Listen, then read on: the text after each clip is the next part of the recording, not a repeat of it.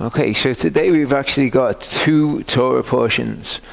Sometimes on the Torah portion cycle they have dual Torah portions when they're having what they call a leap year. For us to fit in all of the Torah portions before we go to Sukkot, we're just going to choose a few of them that go together. We're going to do those together. So this is Bamidbar and Naso. Okay, means in the wilderness. It means to lift up, and the lift up's in reference to the faces of the people of Israel. In this Torah portion, we're just starting the book of Numbers. And the thing is with the book of Numbers is that largely it's a book of numbers. So you've got a load of lists of things. Now, all of that information, when put together, shows you something quite cool. But the thing is, it's a book that needs to be studied. It's a book that, especially the first Torah portion, chapters 1 to 4, chapter 7, all about the offerings that the Nasi'e, the leaders of Israel, bring. Numbers 10, about how the camps moved. You'd need to study it and take it, all of the bits and put them all together into a coherent picture. So it's difficult if I'm just going to read out these lists of numbers for you to actually get anything from that. So what I want to do in the first part is I want to put this together visually for you and convey the information that is in those 6 chapters to you in a way that you can actually take in and you can actually digest, and that is actually profitable for you. So we'll do chapters 1 to 4, the first Torah portion. We'll do chapter 7. We'll do all of that in the first part. Then in the second part, we'll look at the rest of the Torah portion. And there's not all that much there. You know, you've got stuff like the law of jealousy. You've got the Nazirite vow. We've got a few other sundry laws. But we'll look at them and we'll see what we can see with those as well. So I'd say the first part's going to be kind of medium length. Second part, I would imagine it's going to be a short part. The third part, though, I want to talk about something incredibly important. I want to talk about what we have faith in. What is it to have faith? What do you believe in? Believe in his word, certainly. I mean, that's part of it, isn't it? But that's part of something larger that you're believing in, something larger that you're trusting in. And that thing is his name. As it turns out, all of the things that you trust in are his name. So you are to understand who he is. And then when you understand who he is, nothing becomes something that you can't believe in, because you've got all of his promises and you know who he is.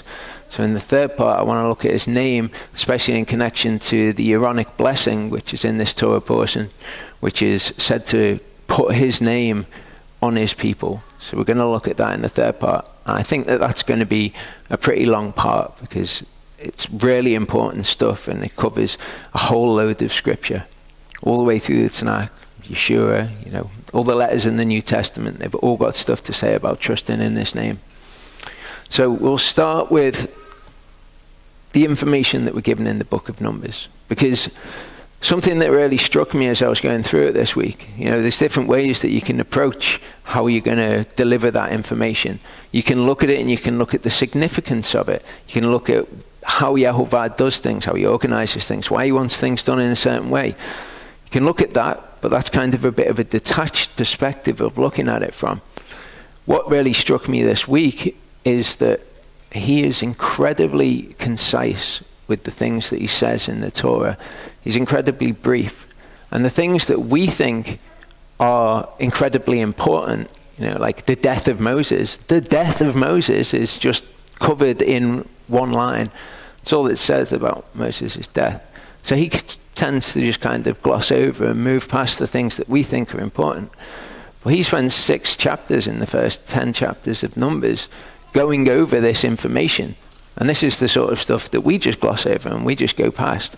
But it's obviously incredibly important to him, because it takes up so much of his word. So I think that we need to appreciate what it is, but I don't want it to just be a boring, dry list of things. So I've tried to put it in a way that you'll be able to take in. So the Torah portion starts, Numbers 1. YHVH spoke to Moshe in the wilderness of Sinai in the tent of meeting on the first day of the second Chodesh in the second year. And we've seen what happened from the first day to Yom Shmini, the 8th day. And that all happened in the first Chodesh of the second year. So this is a Chodesh later. After they come out of the land of Mitzrayim, saying, take a census of all the congregation of the children of Israel by their clans, by their fathers' houses, according to the number of names, every male, head by head, from 20 years old and above, everyone going out to the Savah. Okay, we know that he is Yehovah Sevaot, which is the plural of Savah. It means armies, or it means hosts. Okay, everyone going out to the army or to the host in Israel. Number them by the Sevaot, you and Aharon. And a man from every tribe should be with you, each one the head of his father's house. So this is the information that we're going to see. Now, it's interesting to me, we know that when the Levites are counted, and we'll see this today, they're counted from 30 to 50. The people who can carry the tabernacle, basically, you're 30 to 50. With the army, though, it starts at 20, and there's no upper limit on it. All it says is everyone going out to the army. And you would imagine that doesn't include the 90-year-old fellas. They're probably not going out to the army. So the instruction here has a limit of basically the people who are going to go to the army. There's no kind of, you can only be 45 to go to the army, that's going to be the upper limit. It's just everyone who goes out to the army. 20 until that. All the men head by head. So that's the numbers that we're going to see. Okay, so I'm going to use this picture as an illustration of how the camp was laid out. And I don't know whether the camps were laid out like this or they were laid out like that, which would form more of a cross formation. I think probably that, if anything. But just for illustrative purposes. So Numbers 2, 1 to 2, because I'm jumping about through these chapters, picking out the information that's relevant, and then trying to stitch it all together into a coherent thing for you. Yehovah spoke to Moshe and to Aharon, saying, the children of Israel are to camp, each one by his own banner, beside the sign of his father's house. Let them camp around the tent of meeting at a distance. Remember, he didn't want his dwelling place to be defiled by the uncleannesses, by the tumah of the children of Israel. So he says, look, let them camp around the dwelling place, but put them out at a distance. So this is relative to the tabernacle where Yehudah, tribe of Yehudah, Judah, would camp. You see the entrance to the tabernacle? That's on the east. Okay, it's said to be on the east toward the sunrise. Yehovah thought that was an important detail for us to take in. So Yehudah camps on the east. I'm going to break down for each tribe the information that we're given. Okay, for each one, we're given a Nasi. So I'm giving you it in a visual way, so that this sort of stuff, it's not just stuff you gloss over, you can kind of relate to it a little bit more. So their Nasi of their father's tribe was Nachshon of Aminadav, whom we will imagine to be this person today. The number of names, every male, head by head, from 20 years old and above, everyone going out to the Sabah, that's 74,600. And they camped east of the dwelling place toward the sunrise. We also have Yissachar here. Their Nasi was Nathanael, and there were 54,400 of them, from 20 years old and above, head by head, that went out to the Sabah. And they camped east of the dwelling place towards the sunrise too. There are 3 camps on each side. The third one on the east was Zebulun, and their Nasi was Eliav, son of Chilon. There were 57,400 of them. Now, as we go through, okay, I'm giving you this information, but I want you to retain this information because Yehovah thought it was important enough to tell us it. Let's try and retain it. So I've come up with a way to remember the camps. So as we're going through, I want you to remember the camps, and at the end there will be a test. So on this side, you've got 3 tribes. You've got Yehudah, Yissachar, Zebulun. This is how you remember it. 2 of them begin with a Y.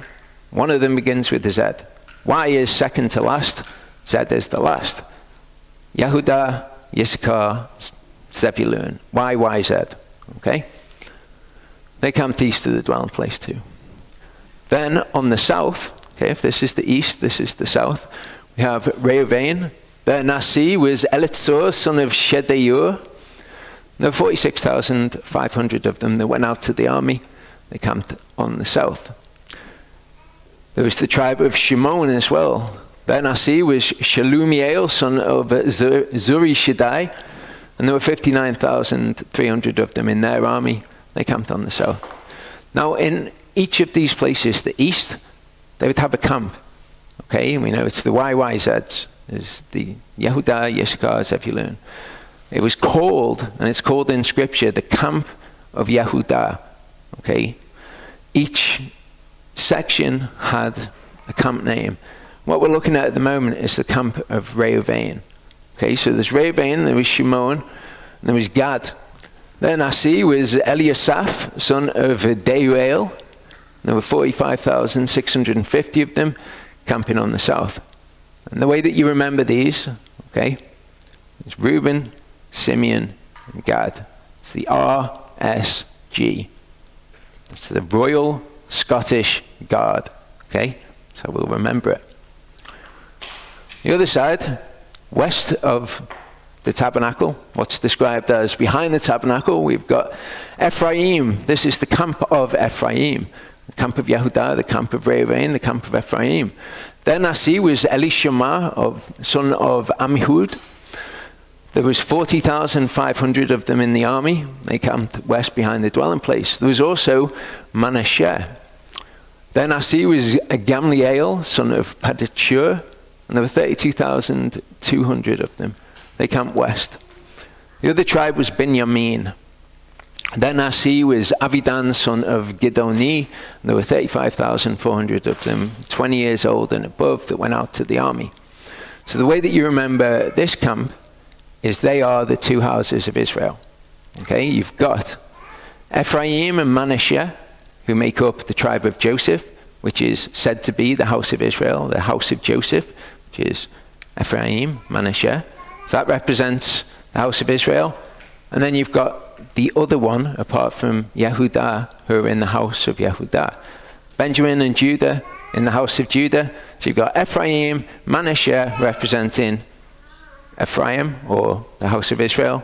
And then you've got Binyamin representing the house of Judah. So they're the two tribes of Israel. They dwelt west as well. Then we've got the camp of Dan. Their Nasi was Achitzer, son of Ammishaddai. 62,700 of them in the army. They camped to the north. Then you've got Asher. Their Nasi was Pagiel, son of Ochran. There were 41,500 camping to the north of the dwelling place. Then you've got Naphtali. Their Nasi was Achirah, son of Enan. 53,400 to the north. Okay, they're the camp of Dan. Okay, so how you remember the camp of Dan is that there is Dan, Asher, Naphtali, D-A-N. They're the camp of Dan. Okay, they're easy to remember. I will go through these one more time as I'm putting them up so you can remember them. Numbers 1:16-19 says, "These are the ones called from the congregation, the Nasi'e of their fathers' tribes." Okay, all those guys that we just saw, all the Nasi, heads of the thousands of Israel. And Moshe and Aharon took these men, and they were called by name. And they were the heads of thousands. If you've ever thought who were the heads of 50s, who were the heads of hundreds, who were heads of thousands? Well, the heads of thousands were the heads of the tribes. And they were called by name. They assembled all the congregation together on the first day of the second Chodesh, and they declared their ancestry by clans, by their fathers' houses, according to the number of names, from 20 years old and above, each one head by head. What we're going to see by the time we get to chapter 7 is that these people came and gave offerings on the day that the altar was anointed. These people were already the heads of the fathers' tribes on that day. And that was in the first Chodesh. It was only in the second Chodesh, which is after that, that Yehovah said, these guys, okay, who are the heads of thousands, call them to me. So Yehovah selects them on that day. As Yehovah commanded Moshe, so he registered them. Numbers 1, 44 to 46. Those who were registered, whom Moshe and Aharon registered with the Nasiah of Yisrael, 12 men, each one for his father's house. All those that were registered of the children of Yisrael by their father's houses, who qualified to be in the army, all those that registered, there were 603,550. Now that is a phenomenal number for there to be in an ancient army. The maximum level that the Roman army, which was a lot later than this after populations had developed, the maximum number that they ever reached was 450,000. So these guys have got another 33% on top of them. It was said, historical sources being as reliable as they are about Cyrus the Great, but it was said that he could field 500,000 men. Still, we're talking 80% of the army that they had. So this is a phenomenal host, a phenomenal army that they had. Okay, so this is how they camped. The Levites were not registered among them though, okay? You'll notice that here, you've got some other camps. They were told to camp at a distance because of their uncleanness.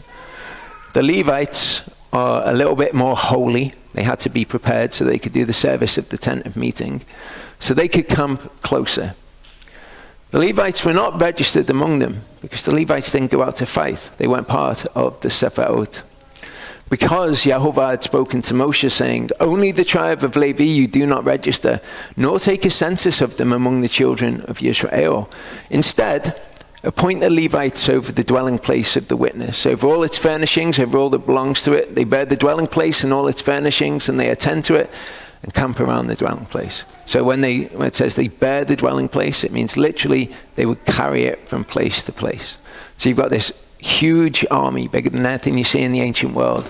And then you've got this huge tabernacle, and they would move sometimes after only camping for a day, and they break down the whole thing, and we're going to see how they did that. When the dwelling place is to go forward, the Levites take it down, and when the dwelling place is to be set up, the Levites set it up, and the stranger, meaning the unlawful one who comes near, is put to death. Why are they a stranger? Because they're not a Levite. It's as simple as that. The children of Israel shall pitch their tents, everyone by his own camp, everyone by his own banner. So they all had banners and they all had signs. We don't know what they are. We could take pretty good guesses with tribes like Yehudah that it's going to be a lion, but we don't know precisely what they are from Scripture, according to their Sevaot. But let the Levites camp around the dwelling place of the witness, so that there be no wrath on the congregation of the children of Israel because of the uncleannesses. Now the unclean people had to actually be sent outside the camp, as we'll see. But there would still be uncleanness, the people that still exist in corrupt, dying bodies. The Levites shall guard the duty of the dwelling place of the witness. And as we've looked at before, that doesn't mean that they physically guard it. Guarding the duty, we'll see what their duty of the tent of witness is. Their duty was to carry it. So they camped around it and they carried it. The children of Israel did according to all that Yehovah commanded Moshe, so they did. So here we've got the first tribe that we're given details of, and they're called the Gershoni, okay, or the Gershonites. Their Nasi, note this is not the Nasi of the tribe of Levi, this is the Nasi of one of the clans, or one of the descendants of Levi, was Eliasaph, son of Lael, sons of Gershon by their clans. Okay, we probably all know about the Gershonites, the Merarites, and the Kohathites. Okay, we've heard those before, but there were clans within these people. There were the Livnites, or the Livni in Hebrew, and the Shimites, or the Shimi in Hebrew. Registered ones, and they were told to register them differently. Okay, these are not 20 years old and above, or who can go out to the army. These are males from a chodesh old and above. So all of the males from a month old and above, 7,500. They were also registered in a different way, because they needed to know how many of them there would be to carry the tabernacle. And they were taken from 30 to 50. All those who entered the service for work in the tent of meeting is how the scriptures phrase it. There were 2,630 of them. So about 2,600 of the Gershoni, and they had their duties. They camped westward behind the dwelling place with the camp of Ephraim. Numbers 4:27-28 says, Aharon and his sons are to command all the service of the sons of the Gershoni, all their burden and all their service, and you shall appoint them to all the duty of their burden. And we're going to see that there's a camp with Moses, Aaron, and the sons of Aaron. And you think, okay, so how many would have been in that camp? Well, it's pretty easy. There was Moses, there was Aaron, their wives, and then there was Aaron's sons, of which he had 2. So you're talking about a very tiny camp. But they're the ones who were to command the Gershoni. So we're going to see when they go out, they would have had to have gone out with the people commanding them as well. This is the service of the clans of the sons of Gershon in the tent of meeting, and let their duties be done under the hand of Ithamar, son of Aharon the priest. One of his sons, Ithamar, the other one was Eleazar. So the service, this is what they actually had to do according to the scriptures. They would bear the curtains of the dwelling place and the tent of meeting. Okay, so all of the soft furnishings of the tent. Its covering, the covering of fine leather that was over it, the covering of the door of the tent of meeting. Then they would also carry the screens of the courtyard, which would go around probably in a circle around the tabernacle. The covering for the door of the gate of the courtyard, the bit where you get in to the courtyard where the altar and the bronze laver would be. Their cords, all the equipment for their service, and all that is made for them. Okay, so that's the part of the tabernacle that they would take. Think of this happening in a day. You take down the entire tabernacle. There's 2,600 of them taking down the tabernacle, packing it all away, and getting it ready to take to the next place. Then there was the Merari, okay, or the Merarites. Their Nasi was Zuriel, son of Avichail. Sons of Merari by their clans. You had the Machlites, or the Machli, and the Mushites, or the Mushi. They're registered ones from a month old and above. There was 6,200 of them. And it's a good thing because they had the harder job than the sons of Gershon. From 30 to 50, the ones who did the actual work, 3,200 of them. So there were an extra 600 approximately of the Merari. And they camped on the north side of the dwelling place with the camp of Dan here. Numbers 4:33 says, this is the service of the clans of the sons of Merari, is all their service for the tent of meeting under the hand of Ithamar again. So the Gershoni, the Merari are under the hand of Ithamar, son of Aharon the priest. This is what they did. They carried the boards of the dwelling place, its bars, its columns, its sockets, the columns around the courtyard, their sockets, their pegs, their cords, all their equipment, and all their service.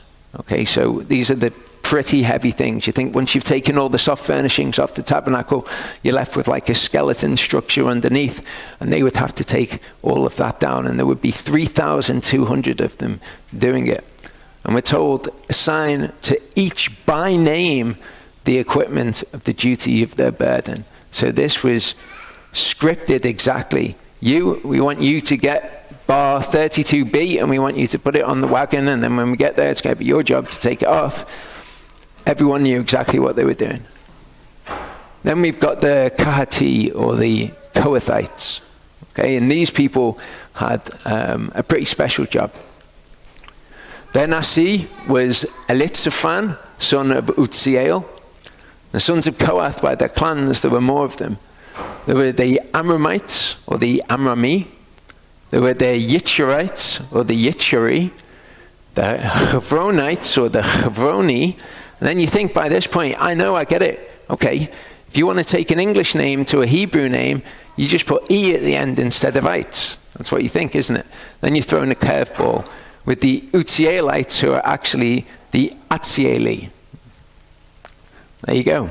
There were 8,600 of the males from a month old and above. From 30 to 50, the ones who did the work, there were 2,750. Okay? And their job was basically to carry all of the holy items that were in the tabernacle, including the Ark of the Covenant. They camped on the south side of the dwelling place with the camp of Reuven.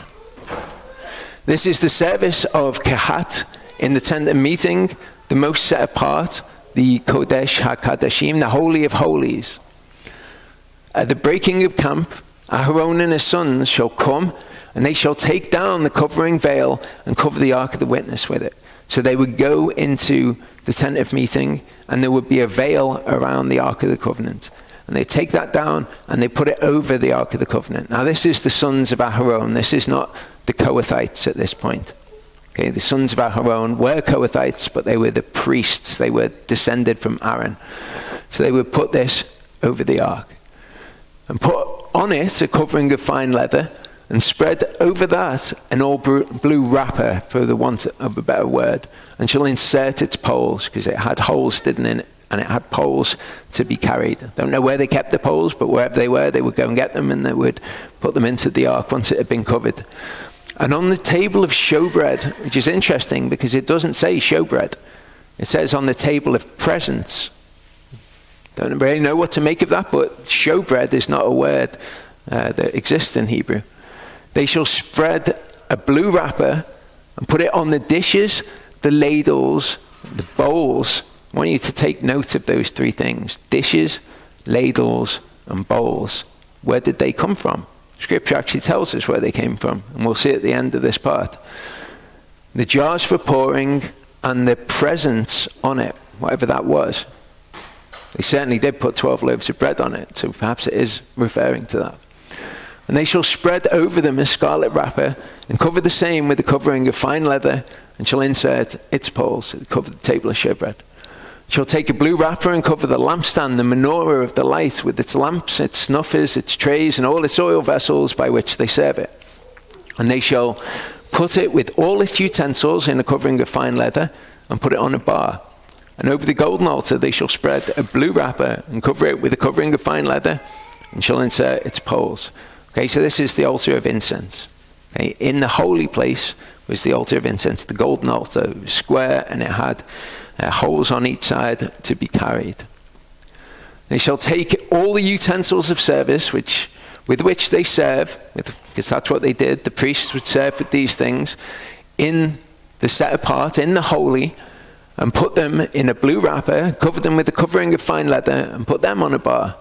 And shall remove the ashes from the altar, and spread the purple wrapper over it. You shall put on it all the utensils by which they served there. Okay, so this is the altar that was actually outside of the holy. They would put all of the utensils with which they served on the altar, and they would cover it over. Fire holders, the forks, the shovels, the basins, the utensils of the altar, and shall spread on it a covering of fine leather, and insert the poles for the altar for that to be carried. Notice they're even inserting the poles. The Kohathi are going to come, or the Kahati are going to come and pick it up. They're not even allowed to touch it. All they're to do is carry it. We know the event that happened with Uzzah, with King David, when the ark was being carried and it started to fall, and he reached out his hand to catch it and he died. Okay, we're going to see why as we go on. Numbers 4:17-20 says, Yehovah spoke to Moshe and to Aharon, saying, do not cut off the tribe of the clans of the Kahati from among the Levites. Well, that's a bit of a weird thing to say, isn't it? Don't get rid of them. Don't kill them is what it probably means.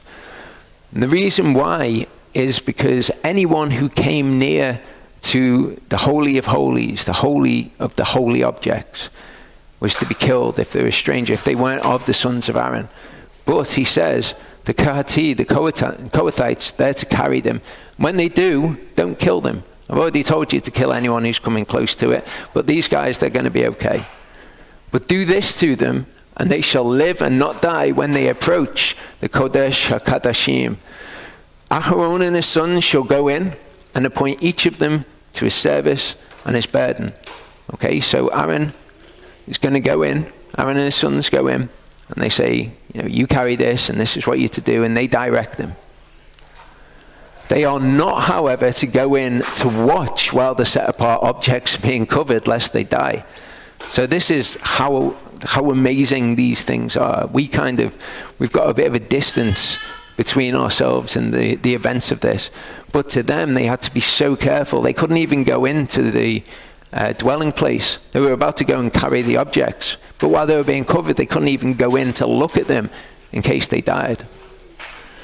And when Aharon and his sons have finished covering the set apart and all the furnishings of the set apart at the breaking of camp, then the sons of Kehat have come to lift them, but let them not touch that which is set apart, lest they die like Uzzah. These matters are the burden of the sons of Kehat in the tent of meeting. And the oversight of Eleazar, son of Aharon the priest, is the oil for the light, the sweet incense, the daily grain offering, the mincha, the anointing oil, the oversight of all the dwelling place, all that is in it, with the set apart and its furnishings. So we've got Ithamar, he's directing the Gershoni and the Merari, the soft furnishings and the poles and the underpinnings.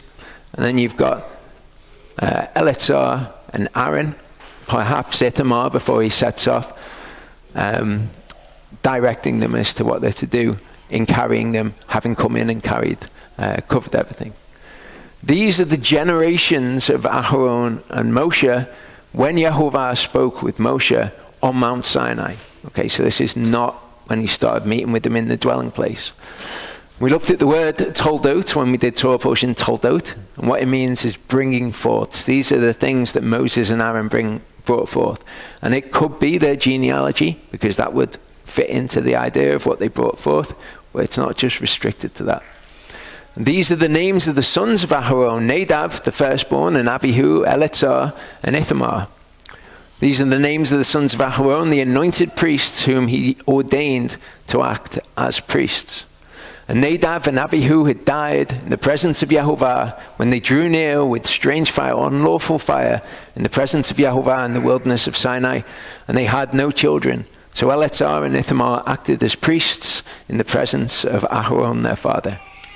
And Yehovah spoke to Moshe, saying, "Draw near with the tribe of Levi, set them before Aharon the priest, and they shall serve him, and shall guard his duty and the duty of all the congregation in the presence of the tent of meeting, to do the service of the tent, the dwelling place. And they shall guard all the furnishings of the tent of meeting, the duty of the children of Israel to do the service of the dwelling place. And you shall give the Levites to Aharon and his sons. They are the given ones, given to him from among the children of Israel." And we're going to see that Yehovah says that the Levites, they're mine. Obviously, he's not going to take them up into heaven to be with him. So he says, give them to Aharon and his sons. This is what they are to do. Appoint Aharon and his sons, and they shall guard the priesthood, and the Zar, the one who is not Aharon and his sons, who comes near shall be put to death. Which is why he says, not the Kohathites though, they're going to need to come near. Numbers 2 verse 39 says, "All the registered ones are the Levites whom Moshe and Aharon registered at the command of Yehovah by their clans, all the males of all the Levites of all the clans from a Chodesh old and above." There were 22,000 of them. All the registered ones are the Levites, okay, from 30 to 50, all who came to do the work of the service and the work of bearing the burdens of the tent. Their registered ones were 8,580. So every time they broke camp, there would be this mobilizing of 8,500 people who would come to break the tabernacle down and to take it with them. It's just a phenomenal undertaking. You would see this happening. Okay, one of the camps we'll see went before they started to break the tabernacle down, but that would mean that they arrived before they came to set it up. So you would either see the tabernacle being broken down, or you'd see it being set up, maybe a day apart. This incredible undertaking as you moved in the biggest army recorded in the ancient world. According to the command of Yehovah, they were registered by the hand of Moshe, each according to his service and each according to his burden. All 8,580 of them. Thus they were registered by him as Yehovah commanded Moshe. Okay, so we've got the camp. We know where everyone's camping. We've got the camp of Yehudah, camp of Reuven, the camp of Ephraim, the camp of Dan. We've got the Gershoni and the Merari and the Kohati who would carry the tabernacle. And then we've got Moshe, Aharon, and his sons. And Moshe, Aharon, and his sons would camp right in front of the door of the tent of meeting as the most set apart people that were there. Then we're told all the registered ones of the camp of Yehudah, according to their divisions, 186,400, these depart first. So we've got the camp of Yehudah. Okay, we're going to remember this as the two Y's and the Z. Okay, Yehudah, Yissachar, Zebulun. There will be a test. So they went. Okay, and after they went, then the work of the tabernacle being broken down would begin. There was the Gershoni and the Merari. It says the dwelling place was taken down. This is Numbers 10 that gives us the detail of when this was done, when the camps would depart. And the sons of Gershon and the sons of Merari departed. They were bearing the dwelling place. Moshe, Aharon, and his sons, as we saw, when they broke camp, they were directing the holy things being covered and being carried. They would have to direct the Gershoni and the Merari. So I imagine that they broke camp at this point too. So the tabernacle would be gone. These camps would be gone. You'd have these wagons, which we'll get to in a second, and you'd have all of the holy objects covered and ready to be carried off. Numbers 7, 2-8 says, the Nasieh of Yisrael, heads of their fathers' houses, they're the ones that we saw at the beginning, who were Nasieh of the tribes, and over the ones registered, drew near. They brought their offering, their means of drawing near, in the presence of Yehovah, and their offering was a mincha. It was a material offering. And they brought 6 covered wagons and 12 cattle, a wagon for every 2 of the leaders. 12 leaders, okay, there's a wagon for every 2. And for each one, a bull. For each of the leaders, they brought a bull. And they drew near with them in the presence of the dwelling place. Thus Yehovah spoke to Moshe, saying, accept these from them, and they shall be used in doing the service of the tent of meeting. And you shall give them to the Levites, each one according to his service. And Moshe took the wagons and the cattle and gave them to the Levites. He gave 2 wagons and 4 cattle to the sons of Gershon. So what were they doing? They were carrying the soft stuff. They didn't need as many wagons, according to their service. He gave 4 wagons and 8 cattle to the sons of Merari, because they've got to carry all the boards and all of the bars and all the heavy stuff, according to their service, under the hand of Ithamar, son of Aharon, the priest. So they would all go. Then you've got the registered ones of the camp of Reuven. Okay, the camp of Reuven. They are the Royal Scottish Guard. You've got the Reuven, Simeon, and Gad. All the registered ones of the camp of Reuven, according to their divisions, were 151,450. They're the second to depart. Again, we're told later in Numbers 10 how that was interspersed with the Levites departing. So they go then. You'd have the Kehati that were left. But to the sons of Kehat, he gave none. He didn't give any of the wagons or any of the cattle to the sons of Kehat, because theirs was the service of the holy, which they bore on their shoulders. So the other people had to carry the tabernacle, the main structure, on wagons, and the Kehati would carry the ark and the menorah and all of those sort of things on their shoulders. And the Kehati departed, bearing the holy, while the dwelling place was set up before they came. So you've got the Gershoni and the Merari, and they go first, and everything's getting set up while the other camps are departing and doing the things that they need to do. Then the Kehati go, so that when they arrive, the dwelling place is set up and they can just take the holy objects inside of it. All the registered ones of the camp of Ephraim. The camp of Ephraim, they are the 2 houses of Israel. Ephraim and Manasseh, the house of Joseph. Binyamin, the only other tribe of the house of Yehudah that's left. So all the registered ones of the camp of Ephraim, according to their divisions, 180,100. And they are the third to depart. So they went, leaving only the camp of Dan, D-A-N, Dan, Asher, Naphtali.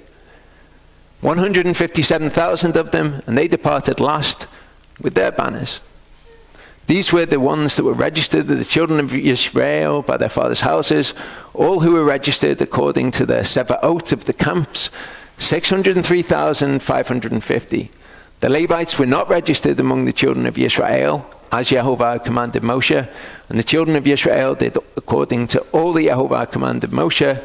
So they camped by their banners, and so they departed, each one by his clan, according to their fathers' houses. They depart in their clans. Then they would arrive in a new place. Okay? First people to arrive were this lot. This is the test. Who are these? Yehudah. Very good. Okay. These are the YYZs. Yissachar. Zebulun. Okay, excellent. Next would arrive the wagons bearing the tent of meeting, along with all of the Levites, I presume, who were traveling with them. And they would be set up, and the tent of meeting would be set up. Got Moshe and Aaron's camp set up here as well. But who are these guys?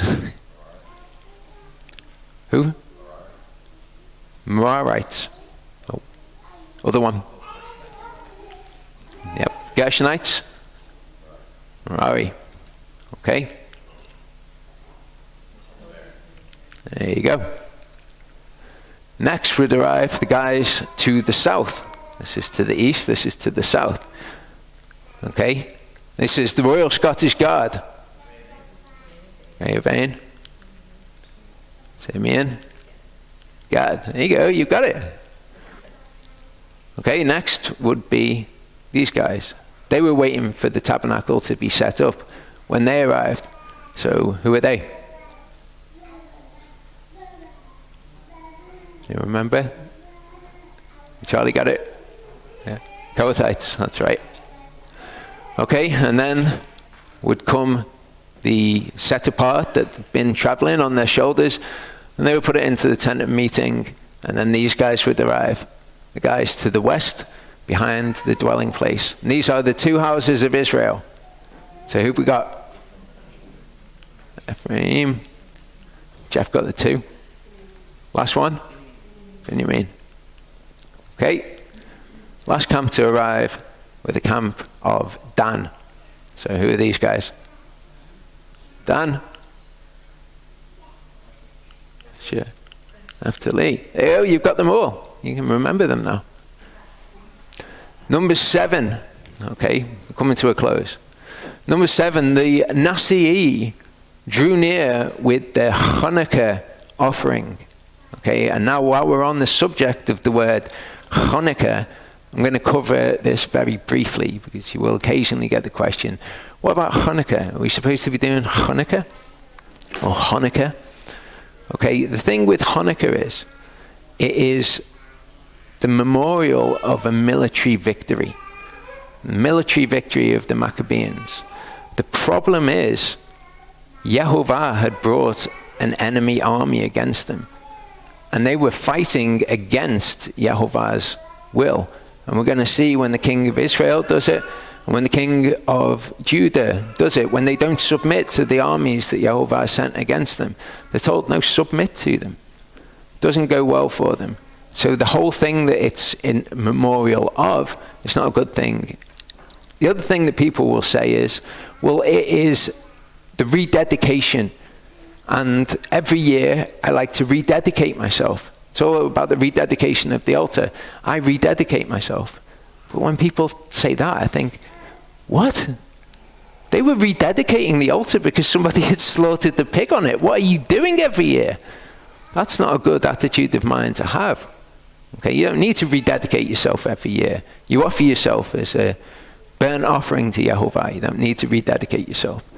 So that's garbage. And the third one is one that perhaps people won't say, but perhaps the reason that they do it, that underlies those other reasons. And that's because it's a bit like Christmas. It's a bit like Christmas, isn't it? We don't do Christmas anymore, but we do Hanukkah. We all give gifts, and it's all in December, and it's all pretty much the same. But it's Jewish, isn't it? So it's good. It's not good. Not a good thing for us to be doing, not for any of those reasons. Okay, there's no good reason to remember their rebellion against Yehovah, because that's what it was. There's no good reason to rededicate ourselves. We shouldn't need to do that. And we don't replace Christmas with essentially the same thing a few weeks earlier, because that shows where our hearts are, that we still want to do those things. Verse 11 says, and Yehovah said to Moshe, let them draw near with the means of drawing near, one nasi each day for the Chanukah of the altar. Okay? So each tribe would bring these offerings, these means of drawing near to Yehovah. And this was happening when the altar was anointed. In the day it was anointed, which was the first day of the first Chodesh. So, first day, Yehudah. We'll go through what he brought, okay, what Nachshon brought.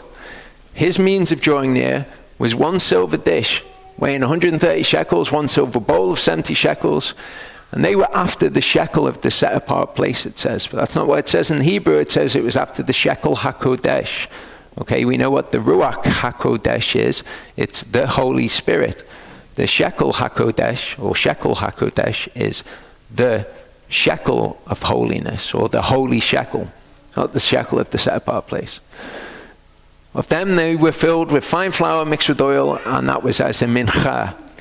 They also brought one golden ladle of 10 shekels filled with incense. So what have you got there? You've got your dishes, your bowls, and your ladles that were mentioned before.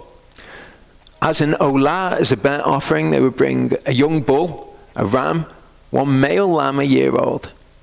As their chata'at, as their sin offering, they brought a male goat. And then as the biggest offering, which was a peace offering, probably an offering of thanksgiving, they brought 2 cattle, 5 rams, 5 male goats, 5 male lambs a year old. And that was the offering, the means of drawing near of one of the heads of thousands. That was Nachshon, son of Aminadab. And this was the same for each one of the tribes. Okay, we've got Yissachar, and he was Nethanel. He brought the same stuff. Zebulun, Eliav, the Nasi. Reuven, who was Elitzur, brought the same stuff. Shimon, on the 5th day, Shalumiel. On the 6th day, Gad, Eliasaph. On the 7th day of Ephraim, it was Elishama. On the 8th day, Manasseh, Gamliel. 9th day, Benjamin, Avidan. 10th day, Dan, Achietzer. 11th day, Asher, Pagiel. And the 12th day, it was Naphtali, and it was Achirah. Okay, so now we'll have a test. Who was it on? Numbers 7, 84 to 88. This was the Chanukah of the altar from the Nasieh of Yisrael when it was anointed. 12 silver dishes, 12 silver bowls, 12 gold ladles. Each silver dish was 130 shekels. Each bowl was 70 shekels. All the silver of the vessels was 2,400 shekels, according to the shekel HaKodesh. 12 gold ladles, each was 10 shekels each. After the shekel HaKodesh, so that's 120 shekels of gold. All of the cattle for the olah were 12 young bulls. The rams, 12. The male lambs a year old, 12. All of the mincha as well. The male goats, as a sin offering, they were 12. All the cattle for the big offering, the Zavach Hashlemim, were 24 bulls, 60 rams, 60 male goats, 60 lambs a year old. And this was the Chanukah of the altar after it was anointed. Because what would this do? What were all of those offerings designed to do? They were all designed to make atonement for the people. So we saw all of the fantastic things that happened on the first 7 days. Then on the 8th day, you've got the dedication of the tabernacle. And amongst all of this was happening, all of the leaders were bringing up all of these offerings as well. There's a huge atonement being made for the set-apart place. And then at the end it says, when Moshe went into the tent of meeting to speak with him, he heard the voice of the one speaking to him from above the kaparet, which was on the ark of the witness between the 2 cherubim. Thus he spoke to him. So this is after it was all done. Now Moshe enters in and meets with him there. So that is Numbers 1 to 4 and Numbers 7 down. We've got Numbers 5 and Numbers 6. A little bit of Numbers 3 that we'll do in the second part, but that should be a short one before we get into what we do when we trust in his name. So I'm just going to cover the rest of the stuff in the Torah portion basically. all of those instructions made up the first Torah portion, the end of the second Torah portion. This part's just going to be Numbers 5 and 6, and this bit from Numbers 3. So there's a strange thing that YHVH said to Moshe, if we are to believe the translations that we have. It says, YHVH spoke to Moshe, saying, now look, I myself have taken the Levites from among the children of Israel, instead of every firstborn who opens the womb among the children of Israel, and the Levites shall be mine, because all the firstborn are mine. Because all the firstborn are mine. That's a strange thing to say, isn't it? I've taken the Levites instead of the firstborn because all the firstborn are mine. Okay. I'm sure I'm following with you. On the day that I struck all the firstborn in the land of Mitzrayim, I kadashed them to myself. I made them holy to myself. All the firstborn in Israel, both man and beast, they are mine. I am YHVH. Okay, so if that's the case, why are you taking the Levites to yourself instead of them? Because you've made them holy, and they are set apart to you. That doesn't seem to be a good reason to do that.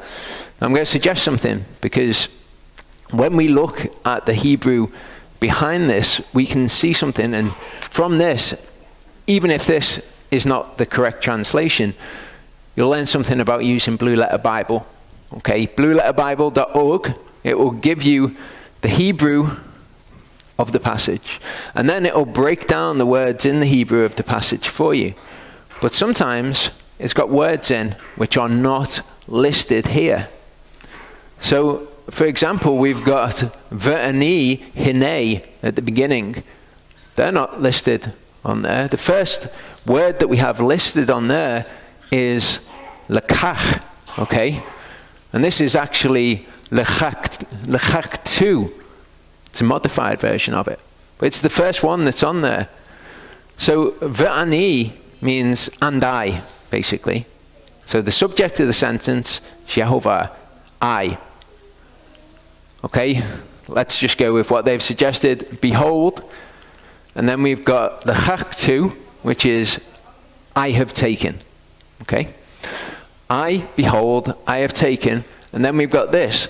This is the aleph tav. Okay, the et. It's got the vowel in that makes it et. Now, whether or not there's other significance to this, that's not what I'm going to address. This points us to the object of the sentence, in most cases. So the object of the sentence, if YHVH is the subject, is ha-levi'im, okay? The Levites.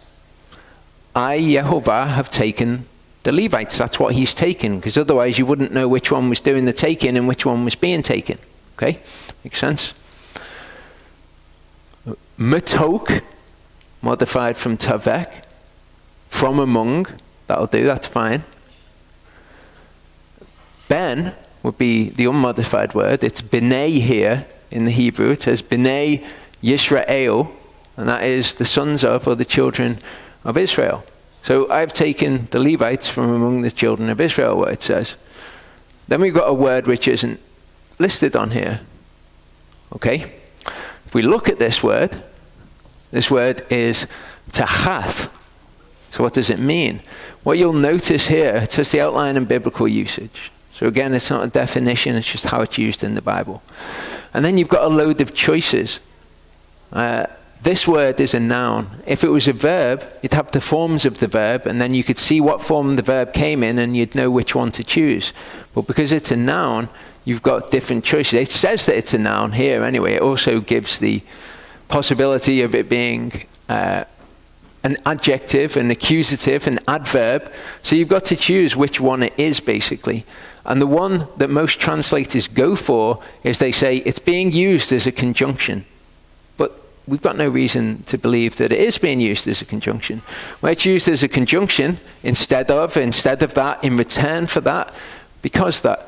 What I will suggest is that what makes more sense is that it's actually being used as a preposition. So you've got under or beneath. Now I can't tell you that this is definitely the way that it is, but also nobody can tell you that it's definitely instead of, and instead of makes literally no sense. Under makes more sense.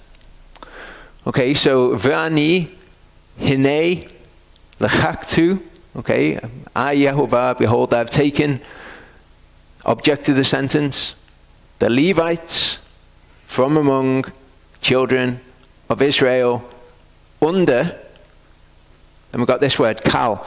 We saw this when we were looking at the Sabbath. It said kal melakah, all work or any work. It just means all or any. All, and that's not translated. It's translated, but it's not put on Blue Letter Bible. So all Bekor. We know what a Bekor is. Okay, this is the firstborn, all firstborn. And we've got this verb, peta, and it's conjugated to mean that opens. Rechem, the matrix or the womb. Then we've got the word ben again, but here it's mibnei instead of binei, it's mibnei. Doesn't matter why. It's the children of Israel again. Okay, then we've got a word which is not translated, which is vaheu, li, and we'll go with what they've translated it as. Li is mine, therefore mine ha-leviim, therefore mine the Levites. So if we put that into the sentence, actually, before we do that, I decided as I was going through this, I'd use it as a way to show you how to use pialim. Okay, so you can see that this is not a perfect way of understanding things. You can't just go into these words and get understanding of what they might otherwise mean. Well, we've got a verb. We've got lakak here, but we can see from here that it's actually different. But if you find the verb in there, you can see how that verb's being used. So you'd copy that and you'd paste it into pialim.com, and that will give you this. It says lakakti. It's lakaktu in the Hebrew, but this is, for reasons that are too complicated to go into, this will do. So it comes up and it tells you that it's this, and it tells you it's a verb and it's in the pa'al form. The verb means to take, and when it's in its pa'al form, it's used in the present, in the past tense, the first person singular. So I took. So you can take the Hebrew passage, you can take the verbs out of it, and you can see how they're being used. Because sometimes the translators get it right, sometimes the doctrine is bad, and they get it wrong. If you ever want to check out a verse, there are tools by which you can do it. So if we can understand that it's not instead, because that makes no logical sense. It may be under, that makes the most sense to me. Yehovah spoke to Moshe saying, Now look, I myself have taken the Levites from among the children of Yisrael under every firstborn who opens the womb among the children of Yisrael, and the Levites shall be mine. Because all the firstborn are mine. I've already taken them, I've already set them apart. So I'll take the Levites as mine, but they're under or beneath or after the firstborn, because I've already taken them to myself. One thing I'm sure of is it's not instead.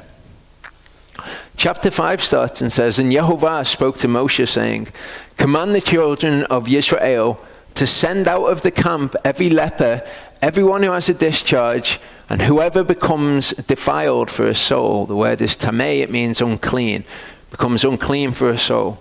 Send out both male and female, send them outside the camp, so that they do not make the camps in the midst of which I dwell unclean. So this is why the lepers were sent outside the camp. This is why everyone was sent outside the camp. They might have secondary benefits to those things that we could possibly see, but this is the actual concrete reason given to us in Scripture, so that they don't defile the camps in the midst of which I dwell. And the children of Yisrael did so, to send them outside the camp, as Yehovah had spoken to Moshe, so all the children of Israel did. So he says, I've got my dwelling place here, get them to all camp at a distance from it, and then of the ones that are camping at a distance, get the ones that are definitely unclean and send them outside. The rest of them exist in their uncleanness, though. We all exist in fallen, corrupt bodies, don't we? Bodies that can have a discharge. Bodies, basically, which are dying. We're all dying. We're all slowly dying. And so he wants these dying people at a distance from him. Yehovah spoke to Moshe, saying, Speak to the children of Israel, when a man or woman commits any sin that men commit in trespass against Yehovah, and that soul is found guilty, then they shall confess the sin that they've done, and he shall restore his guilt in its principal plus 1/5 of it and give it to whom he has been guilty. What does this mean? When you're reading it, okay, what is the principle? When anyone sins against Yehovah and that soul is guilty, he's got to restore the principle. Well, what's that in reference to? Okay, but as we're going through the Torah, we can take from other parts of the Torah and we begin to recognize, actually, that's talking about another part of the Torah. Bits that don't have all of the information there, you find somewhere else in the Torah. And we can recognize this from Leviticus 6. It says, and Yehovah spoke to Moshe saying, when any soul sins and committed a trespass against Yehovah and has lied to his neighbor about a deposit or a pledge or about a robbery, or shall extort from his neighbor, or has found what was lost and has lied concerning it, or did swear falsely, so that he sins in regard to any one of all these that a man does, then it shall be, when he sins and shall be guilty, that he shall return what he took by robbery, or what he has extorted, or the deposit which was deposited with him, or the lost item which he found. So that's the principle that it's talking about. Or all that about which he swore falsely, he repays its total value and he adds 1/5 more to it. Now this is important to us because maybe we'll do these things and maybe then we need to know what to do. Well, it says he'll give it to whom it belongs on the day of his guilt offering. We're not going to bring a guilt offering in the temple, but we can bring a spiritual guilt offering, which is confessing the guilt. And if the man has no relative to restore the guilt to, so if you can't give it to the man, you give it to a relative. The guilt which is restored goes to Yehovah for the priest. So for us, we can't give it back to the person plus 1/5. We can't give it to a relative, then we can give it to the priest. We can give it to Yeshua, okay? He's our high priest. How do we give to him? Give to the least of the brethren. So we can give to the least of the brethren, we can restore the principle that we took, and we can do the Torah in regard to these things. For the priest, in addition to the ram of the atonement, which is his guilt offering, with which atonement is made for him, with which he is kaffared for. And every contribution of all the holy of the children of Israel, which they draw near to the priest, become his. Again, Yehovah says, they're bringing these things to me, but they can't bring them to me because I'm not there. Instead, they've got to bring them to the priest. When they do, they become his. Every man's set apart becomes his. Whatever any man gives the priest becomes his. Yehovah spoke to Moshe saying, speak to the children of Israel and say to them, when any man's wife turns aside and has committed the trespass against him, and a man has intercourse with her, and it is hidden from the eyes of her husband, and it is concealed that she has made herself unclean, and there was no witness against her, nor was she caught. Now this passage of scripture is very interesting for anybody who wants to know where Paul gets his authority to say certain things. Because Paul talks about us being spiritually unclean, doesn't he? Okay. The woman would have made herself physically unclean, but that's not what it's talking about. It's talking about her defiling herself with sin. And we see instances of that actually all through the Tanakh. So this is spiritual defilement which is being spoken of. And we'll see that more clearly as we go on. And a spirit of jealousy comes upon him. Okay, so we've looked at this before, but people get from Christian circles, they get the idea of, a spirit of fear came upon me, a spirit of joy, and that there are these evil spirits. They're all good spirits, but they're external spirits. What it means when it says a spirit of jealousy comes upon him is not that an external spirit has come into him. What it means is that his spirit is jealous. Okay, we hear about a spirit of anger, someone acting in the spirit of anger. He becomes jealous of his wife who has made herself unclean, or a spirit of jealousy comes upon him and he becomes jealous of his wife although she has not made herself unclean. So basically, he thinks she's cheated on him, so he's got a process now to know whether or not she has. Then the man shall come with his wife to the priest, and you'll have seen this word throughout it. It's significant for us to know when somebody comes with something and when somebody draws near with something. You're either trying to come to the place where Yehovah is, or you're actually trying to draw near to Yehovah through that action. So he comes with his wife to the priest. He's not trying to draw near to Yehovah, and he shall come with her means of drawing near, because she's going to need to draw near to Yehovah as part of this process. 1/10 of an ephah of barley flour. He's not to put oil on it or put incense on it, because it is a mincha of jealousy. So we've had the Torah of the mincha, and you have oil and you have frankincense that you put on it in various amounts for various different minchas. This one is a mincha of jealousy, so there's no oil, there's no frankincense. A mincha for remembering, for bringing crookedness to remembrance. That's what it's for. Bringing her iniquity to remembrance. Now for us, and this is another example where we see that you become spiritually unclean. You become unclean through doing things. So they became tamei by their own works and went whoring by their own deeds. So it's talking about these things in a spiritual context.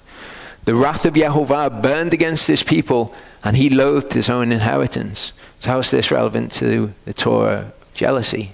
Well, of course, we are Yehovah's bride. So we can do things that make him jealous, that make us unclean. Exodus 34:14-16 says, "For you do not bow yourselves to another God, for Yehovah, whose name is jealous, is a jealous ale." Can we translate it as zealous as well? We don't really have a definite concept in English. "Lest you make a covenant with the inhabitants of the land, and they whore after their gods and slaughter to their gods, and one of them invite you and you eat of his sacrifices, and you take of his daughters for your sons, and his daughters whore after their gods, and make your sons whore after their gods." Okay, so we've looked before at the idea of idolatry, at the idea of false gods being anything that you place before Yehovah. But it's actually anything that you worship. That's another God. Because you can worship Yehovah and you can worship another God at the same time, and that's just as bad, and that will make him jealous. So, if you've got things in your life like smoking, drug addiction, pornography, watching violent movies, watching violent video games, playing violent video games, then it's all stuff that will spiritually defile you. It's all stuff that you're going after as a false god. And it's all stuff that will make him jealous, because you know really that those things are no good, and yet you'll do them anyway. You haven't made him your one sole Elohim. The priest shall draw near with her. Okay, so the priest has got to bring her near to Yehovah and make her stand in the presence of Yehovah. And the priest shall take the kadosh water. This is really interesting. The water is described here as kadosh. It's described as holy. In an earthen vessel, and shall take some of the dust that's on the floor of the dwelling place and put it into the water. Okay, we'll come back to that. But just for now, hold on to the fact that the water is described as holy. And the priest shall make the woman stand in the presence of Yehovah, and shall uncover the woman's head and put the offering, the mincha, for remembering in her hands. And again, this is more of the places where Paul draws doctrine for the parts of the New Testament. Perhaps we'll look at that in another teaching. Which is the mincha of jealousy. So he puts it in her hand as her means of drawing near to Yehovah. While the priest holds in his hand the bitter water that brings a curse. Oh wait there, so it was holy water, now it's bitter water that brings a curse. The priest shall make her swear and say to the woman, if no man is lain with you, and if you have not turned aside to tumah, the uncleanness, under your husband's authority, be free from this bitter water that brings a curse. So what have we got a picture of here? Us as Yehovah's bride. Okay, we've got the set apart water. What's a set apart water a picture of? It's the scriptures, it's the word. In an earthen vessel, we are earthen vessels. Some of the dust that's on the floor of the dwelling place. Why is that significant? Because the dust that's on the floor of the dwelling place had the blood of the sacrifices in, because that's where they were to pour it. So this is Yeshua's blood. So you've got the word of Elohim and Yeshua's blood, and you've got a person. Here, though, it's described as drinking the bitter water that brings a curse. Why? Well, the word for bitter waters is the same that you get when they're at Marah and Meribah. Okay, and we know Moshe took the tree and put it into the water and it became sweet. And we've seen that can be seen as a picture of the Torah, which is sweet, being put into the water, because the water, the tree is the tree of life. But here we get a clear picture of what's going on. Okay, turned aside to uncleanness under your husband's authority. Spiritual uncleanness. This is disobedience. When we're disobedient to the word, it is bitter water that brings a curse, because we have been disobedient. Bitterness is always associated with disobedience. You get the wormwood that's always associated with disobedience. If we go on, we'll come back. Where if you have turned aside under your husband's authority, and if you have made yourself unclean, and some man other than your husband has lain with you, which is how false god worship is talked about, then the priest shall make the woman swear with the oath of the curse, and he shall say to the woman, Yehovah make you a curse and an oath among your people, when Yehovah makes your thigh waste away. In the words Nafal, from which we get Nephilim, it means to fall, basically, and your belly to swell. Your thigh is a word that's used in Scripture figuratively to be your side or something that you're firm on. Make that fall and your belly swell. Well, what's your belly swelling? What's this a picture of? The word belly is beten, and it's a word that is used to describe Sheol. Okay, the belly of Sheol. It's used figuratively to describe Sheol. So make your side fall and Sheol swell. Basically, these are the curses. These words are used as well in the curses in Leviticus 26 and the fall particularly. This water that causes the curse shall go into your inward parts and make your belly swell and your thigh waste away, and the woman shall say, Amen, Amen. So the woman agrees. I know that if I do this, if I go astray from my husband's authority, that the curse is going to come upon me. Okay? We're in the same position, aren't we? We've got the blood of Yeshua, we've got the word of Elohim. If we go astray from our husband's authority, then the curses will come upon us, and it will be bitter water that brings a curse to us. It could be sweet water. The priest shall write these curses in a book and shall wipe them off into the bitter water and make the woman drink the bitter water that brings the curse. And the water that brings the curse shall enter her to become bitter. Paul talks about a similar concept to this in 2 Corinthians 3. He says, if the administering of death in letters engraved on stones was esteemed so that the children of Israel were unable to look steadily at the face of Moshe because of the esteem or the glory of his face, which was passing away, how much more glorified or esteemed shall the administering of the Spirit not be? For if the administering of condemnation had esteem, the administering of righteousness exceeds much more in esteem. And what he's talking about is if the law is glorious and it's written on a heart of stone, he tells us that this is talking about tablets of flesh, tablets of stone. We had hearts of stone. He took the hearts of stone from us and gave us a heart of flesh. The word is glorious regardless. It's holy. It's the holy water. Regardless. If it was so amazing when it was written on a heart of stone, and it could only bring condemnation or it could bring death, if it was still amazing in that state, how much more amazing would it be if we obeyed it by having it written on our hearts by the Spirit on tables of flesh? So Paul's making the same sort of comparison here. Okay, we've got the holy water. It's holy, it's glorious, but it can be bitter water that brings a curse depending on the heart of the person who receives it. And the priest shall take the mincha of jealousy from the woman's hand, and shall noof the mincha in the presence of Yehovah, and draw near with it to the altar. And the priest shall take a hand filled with the mincha as its remembrance offering. Remember all of the grain offerings he'd take a handful of, and he'd burn it as an isha on the altar. Burn it, he'll katar it, offer it up on the altar, and afterward make the woman drink the water. And when he's made her drink the water, then it shall be, if she has made herself unclean and has committed the trespass against her husband, that the water that brings the curse shall enter her and become bitter, and her belly shall swell, and her thigh waste away, and the woman shall become a curse among her people. But if the woman has not made herself unclean and is clean, then she shall be clear and she shall conceive children.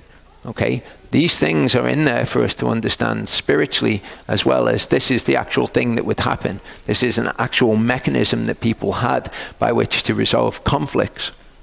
We understand it spiritually. We cannot go astray from under our our husband's authority. Okay, if we've been cleansed by the blood of Yeshua, okay, and we've got the word of Elohim, if we go astray from that, it will bring a curse. We have been redeemed from the curse of the Torah, given a second chance. But if we then go astray from under our husband's authority, then the curses will come upon us. This is the Torah of jealousy, when a wife turns aside under her husband's authority and makes herself unclean. Or when a spirit of jealousy comes upon a man and he becomes jealous of his wife, then he shall make the woman stand in the presence of Yehovah, and the priest shall do to her all this Torah.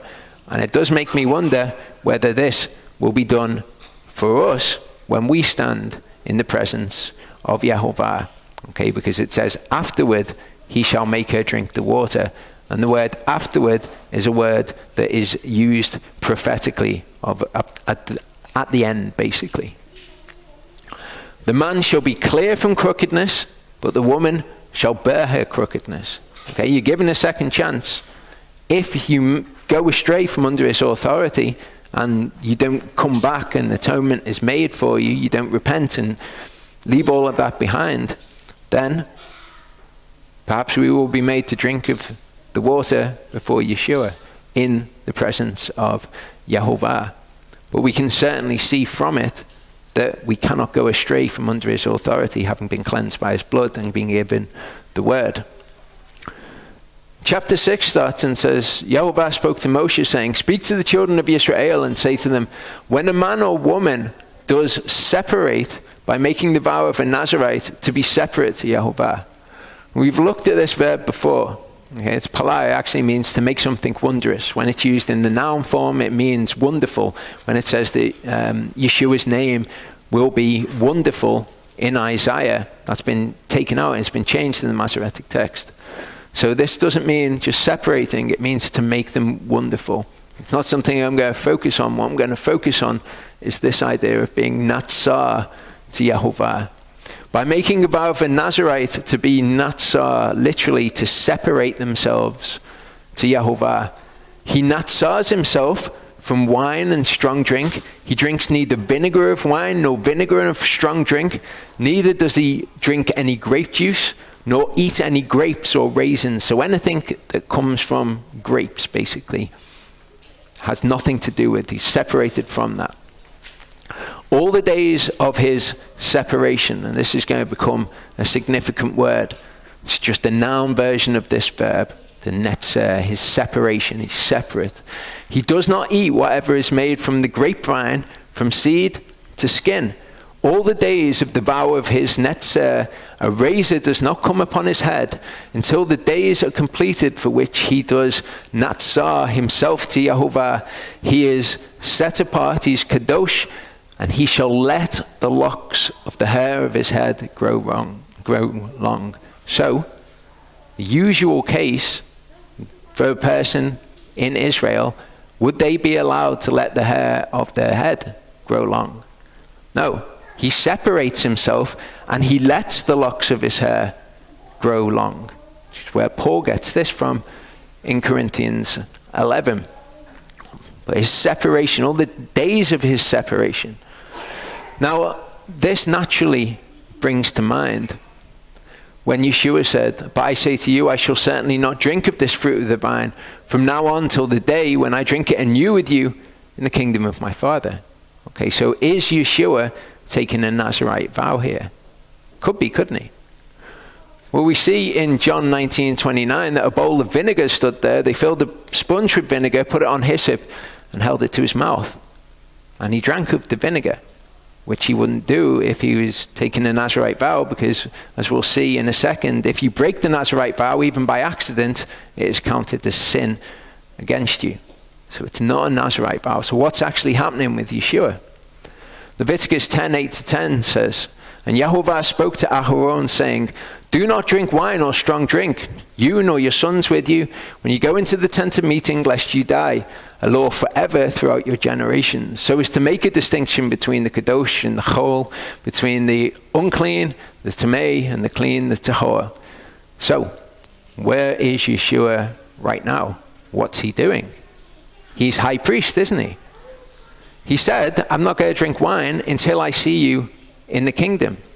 When he's in the kingdom, he will be on the earth. Hebrews 8:4 says, if he was on the earth, he would not be a priest, seeing there are Levites to do that on the earth. He couldn't be a priest on the earth. So when he sees us in the kingdom, he's not going to be high priest in the tabernacle anymore. He's going to be dwelling with us on the earth. So he will be able to drink wine again. And there were more similarities between the Nazarite and the high priest. All the days of his Naso to Yehovah, he does not go near a dead body, nor does he make himself tamei, unclean for his father or his mother, for his brother or sister when they die, because his netzer to Elohim is on his head. So his long hair is his netzer to Elohim. That is his separation to Elohim. But it's very similar with the high priest. All the days of his netzer, he is kadosh to Yehovah. Okay? So, he doesn't make himself unclean for anybody, including his father or mother. For the high priest, among his brothers, on whose head the anointing oil was poured, who was ordained to wear the garments, does not unbind his head, nor tear his garments. And we're going to see something is on the turban on his head, which is described as the holy crown, or the word in Hebrew is the netzer, exactly the same as was on the head of the Nazarite.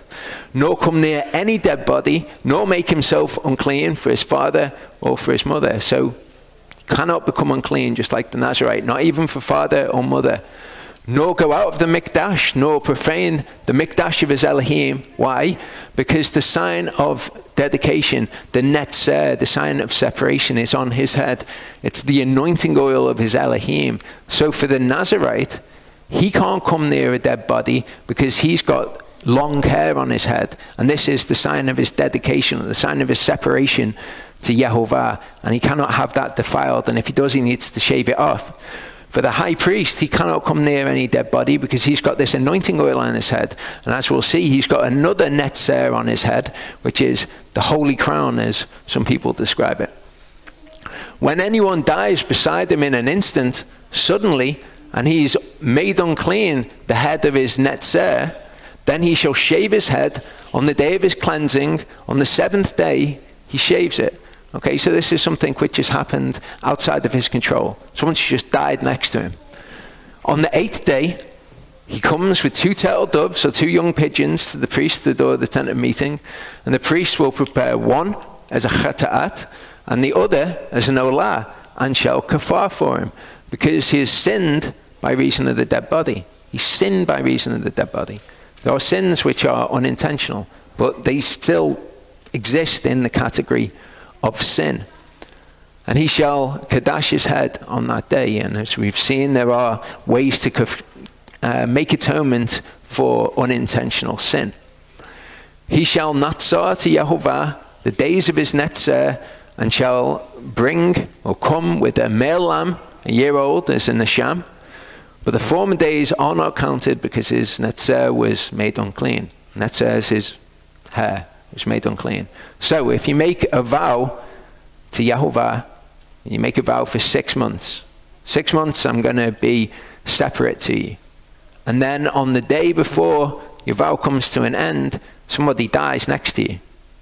That means that your netzer, your sign of separation to Yehovah, has been made unclean, and you need to shave your head and start again. I do wonder how many times Yehovah used this as a way to test people's faithfulness, whether or not they would actually do it, or whether or not they'd say, yeah, 1 day out, it's pretty much 6 months. Yeah. Exactly the same way that he tests us with whatever it is in our lives. This is the Torah of the Nazarite. When the days of his netzer are completed, he is brought to the door of the tent of meeting. And he shall draw near with his offering, his means of drawing near to Yehovah. One male lamb, a year old, a tamim one. And we saw this word tamim means complete. It's used of the 7 Sabbaths. When 7 Sabbaths are tamim, it's not when 7 Sabbaths are perfect, it's when they're complete. As a burnt offering is an olah. One ewe lamb, a year old, a tamim one, as a chata'at. And one ram, a tamim one, as a peace offering. So you've got a male lamb as a burnt offering, you've got a female lamb as a sin offering, and you've got a ram as your peace offering. I want you to take note of these things, because when Paul came to Jerusalem, the Jerusalem council had Paul go to prove that he kept the Torah, because there were rumors that he didn't keep the Torah. Paul didn't say, that's right, I don't keep the Torah. I don't teach people to keep the Torah. Paul said, okay, what shall I do? And they said, we want you to go. We want you to cleanse yourself from the vow that you've taken, which was a Nazirite vow. So Paul went to the temple to cleanse himself, and he was told to pay for 4 other people to be cleansed from the Nazirite vow as well. If you look at what was involved, a complete or a perfect male lamb, complete or perfect female lamb, complete or perfect ram, these are expensive items. You know, when you've got livestock being traded, the most perfect, complete specimens are expensive. A basket of unleavened bread, this is for each person. Cakes of fine flour mixed with oil, unleavened thin cakes anointed with oil, and then mincha with their drink offerings. And the priest shall draw near with them in the presence of Yehovah and prepare his chata'at and his olah, female lamb and the male lamb.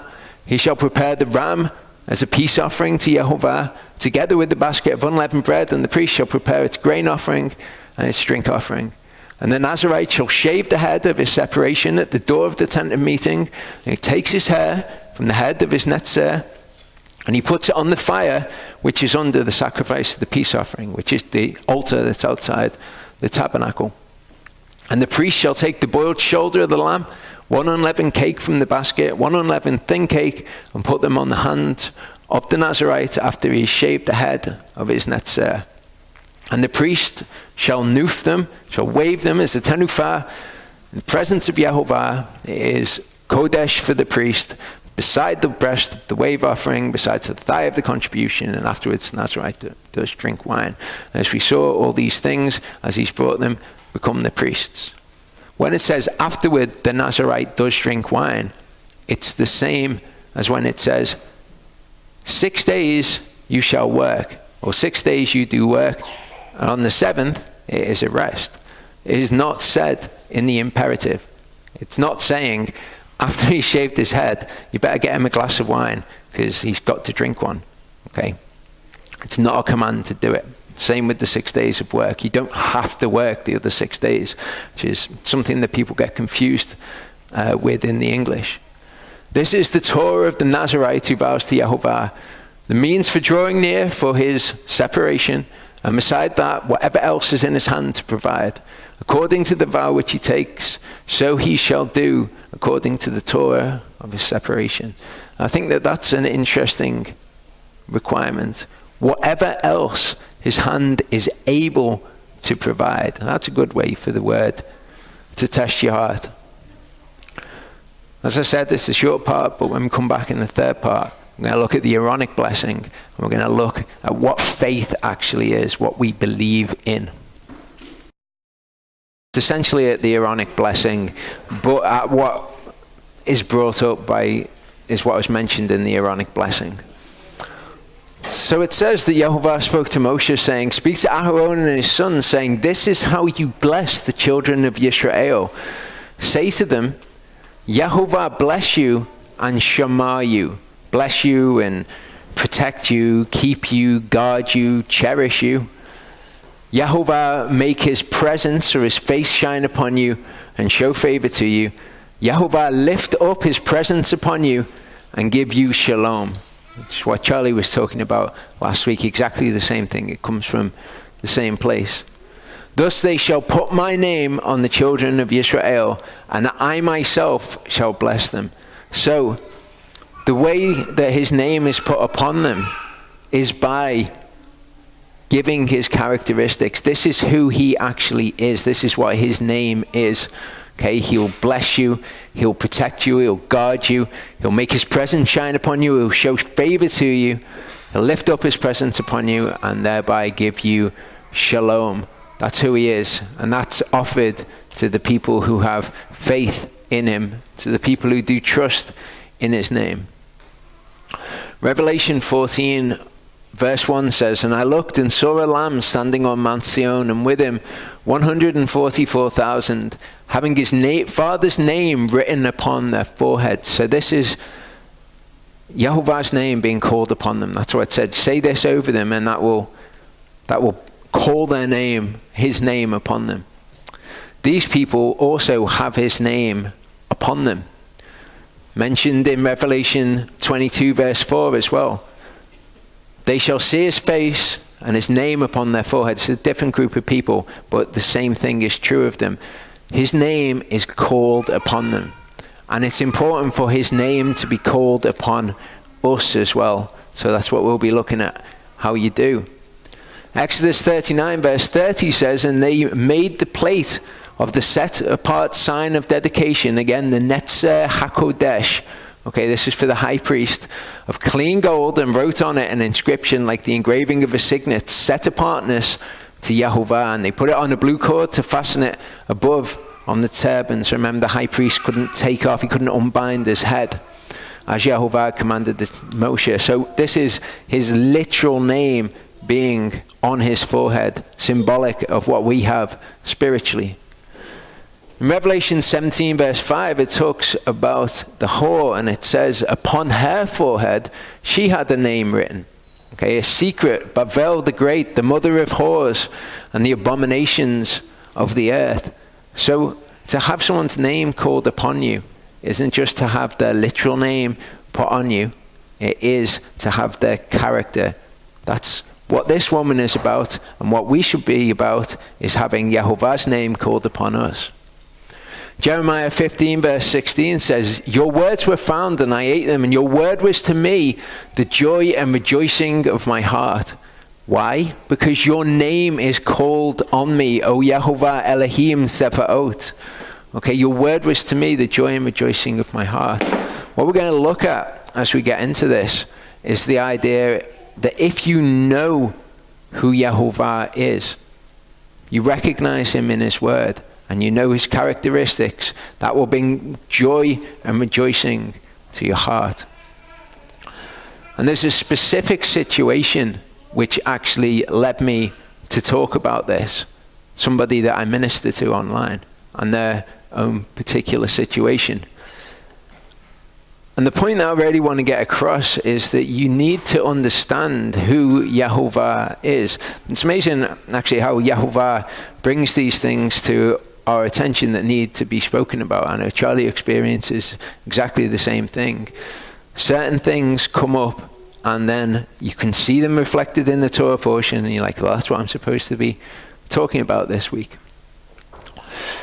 The point that I want to make is that if you know who Yehovah is, it makes you joyful, it makes you rejoice, and the people around you can see Yehovah's name is called upon you. And that affects them. And that's the only thing that you can actually do to affect somebody outside of yourself. If you start telling them about isolated things in Yehovah's word, that Yehovah's going to punish you if you sin, and doing this is bad in Yehovah's eyes, that's not going to show them who he is. You need to show them what his character is. And that, as we'll see through the scriptures, is how we're to be a light to people and what we are to have faith in. Exodus 34, 6-7, Yehovah tells us his own name. And Yehovah passed before him saying, "Yehovah, Yehovah, an El, compassionate, showing favor, patient, great in kindness and truth." This is part of what we are to show to people. We're to show to people the joy of knowing him. We're to show to people, first of all, before we're going to show them that sin is wrong. And that's the business of the Spirit, to convict the world of sin and righteousness and judgment. First of all, we're to tell them that he's compassionate, that he shows favor, he's patient, he's great in kindness and truth. And we don't have to tell them that. What we need to do to show them that is to live our lives according to his word. Watching over kindness for thousands, forgiving iniquity and transgression and sin. That's what you need to be showing to people. But by no means leaving unpunished. Visiting the iniquity of the fathers upon the children and the children's children to the third and fourth generation. That's the last bit of information that they need to know.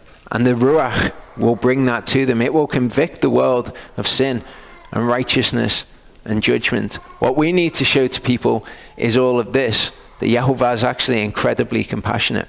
And we show them by living our lives and them seeing how he deals with us and how we respond to his word. Psalm 48, 9-10 says, "We have thought, O Elohim, of your kindness in the midst of your temple. According to your name, O Elohim, so is your praise to the ends of the earth. Your right hand is filled with righteousness." See, what people want to do is they want to witness to people and tell them things about Yehovah that they think that they need to know. But that's not what we need to do. Yehovah has given us a perfect strategy for doing it. Live out these things and you'll show other people who I am. If I bring someone across your path and a conversation starts, then yes, I have brought that to you. And of course, the conversation will be guided by him. And you can tell them who he is. But don't live your life in such a way for people to look on your life and think, I want nothing to do with that person's God. I want nothing to do with him, because all he is he's an overly strict disciplinarian, and he's got them terrified of doing anything, of living life in any particular way. My trustworthiness and my kindness are with him, and in my name his horn is exalted. These are the things that Yehovah makes known about himself. This is how he draws others to him. Oh Yehovah, your kindness is in the heavens, and your trustworthiness reaches to the clouds. This is a major thing that we need to teach people about Yehovah, that he can be trusted. And the way that we teach them that is by them seeing in our lives challenges, them seeing in our lives things which to their worldly sensibilities make no sense for us to deal with in the way that Yehovah says to. But then they see that when we do those things, he's trustworthy and he brings us through them. He brings us through things that we would have had no way of bringing ourselves through. Your righteousness is like the mighty mountains. Your justices are a great deep, O Yehovah. You save man and beast. How precious is your kindness, O Elohim, and the sons of men take refuge in the shadow of your wings. Now you can sit somebody down. You could sit them down with the scriptures and you could run through all of these things with them, but they're meaningless to them. They don't know that Yehovah exists. They probably doubt that Yehovah exists. So you tell them that he's incredibly kind and that you can take refuge in him. That when a challenge comes up, you know that you can rely on him. And then they see that in your life. This is his name. And when we believe in him, we believe in his name. We know who he is. So if a challenge comes up in our life, it's not an issue to us. Okay, we might be fearful at first, we might have an anxiety about it at first, and you'll see the scriptures talk about that. But when anxiety comes upon us, trusting in his name is our refuge. They are filled from the fatness of your house, and you give them drink from the river of your pleasures. If people are looking upon our lives and they don't see that, they don't see this abundance of joy, they don't see that we live from the fatness of his house, that he provides for us. They don't see that these things are pleasurable and these things are good for us and he's the source of life. They want nothing to do with that Elohim. And we cannot, we can force feed people information and we can hope that they see it in the same way that we do, but they don't see it in the same way that we do. The only way we can affect somebody outside of ourselves is to show them who Yehovah is and then give them the choice as to whether they will come to him, whether they'll come to the light or whether they love the darkness. For with you is the fountain of life. In your light, we see light. And as I say, we're going to see that us shining as light to people around us is all directly associated with his name. Psalm 16, 8-11 says, I've set Yehovah always before me. Because he's at my right hand, I am not shaken. So ask yourself, are you shaken by events in your life? Or are you perhaps fearful at first, but then you realize that you can take refuge in his name. He's told you who he is. And so you take refuge in that. Therefore, my heart was glad and my esteem rejoices. My flesh also dwells in safety. This is just said matter of fact. For you do not leave my soul in Sheol, neither let your kind one see corruption. You show me the path of life. In your presence is joy to satisfaction. At your right hand are pleasures forever. If this is not what people see when they look at you, then you are misrepresenting the name of the creator of the universe to them. You are actually worshipping a false God. You're worshipping a God that is not this person, because this is who Yehovah says that he is. This is Yehovah's name. John 17, 25-26 says, O righteous Father, indeed the world did not know you, but I knew you, and these knew that you sent me. And I have made your name known to them, and shall make it known, so that the love with which you love me might be in them and I in them. That's what we're to do. That's the model for us. Okay, we reveal his name to other people, so that the love with which he's loved us might be in them. Psalm 116, 4-7 says, Then I called upon the name of Yehovah. O Yehovah, I pray to you, deliver my soul. Yehovah shows favor and is righteous, and our Elohim is compassionate. Yehovah guards the simple. I was brought low, but he saved me. Return to your rest, O my soul, for Yehovah has treated you well. All of us were rescued from a position of sin and corruption in our lives. If we go to people and the first thing we tell them about is how sin is this terrible thing that's going to kill them and Yehovah's going to punish them and he's going to smash them, all they're going to see is, well, that's the position that I'm in. I don't want anything to do with that. I don't want to know that. What we do first is we tell them that he shows favor, he's patient, he's compassionate, he's kind. He wants people to come back to him. Because when they see that, then there's a road, there's an avenue of escape for them, isn't there? But if you're just telling them, oh no, if you're doing this, then you're going to end up in hell. That's the sum total of what they know from you. Then they're not going to want to know any more about that Elohim, even if they secretly suspected that it was true, because they need to know their way out of that. 1 Chronicles 16, 7-10 says, And on that day, David first gave thanks to Yehovah by the hand of Asaph and his brothers. Give thanks to Yehovah, call upon his name and make known his deeds among the peoples. Sing to him, sing praise to him, speak of all his wonders. Boast in his set-apart name. Let the hearts of those seeking Yehovah rejoice. Yes, when they get to the end of it, if people have rejected him, then he will punish those people. They've rejected him. But in order for them to reject him, they need to actually be shown who he is. And his name is to be called upon us. We're to call upon his name. Acts 2:21 says, It shall be that everyone who calls on the name of Yehovah shall be saved. Everyone. But in order to call upon his name, you've got to know what his name is. You've got to trust in his name. That's what faith is. What do you believe in? You believe in who Yehovah is. Yes, you believe in his word, but that's part of who he is. The overarching thing is what his name is, and that's what you have faith in. That is the rock that you can stand on. John 14, 12-15 says, Truly, truly, I say to you, he who believes in me, the works that I do, he shall do also, and greater works than these he shall do, because I go to my Father. And whatever you ask in my name, that I shall do, in order that the Father might be esteemed in the Son. If you ask whatever in my name, I shall do it. So his name being who he is. You call on that name. But in order to ask for something and for him to do it, you've got to be calling upon his name on what it actually is. So you know that in a trial, you can take refuge in his name. You can ask him to forgive sin If you've done something, you can cry out to him and ask him to forgive sin. That is asking something in his name. If you want to ask for something in particular, it's got to be in accordance with who he is.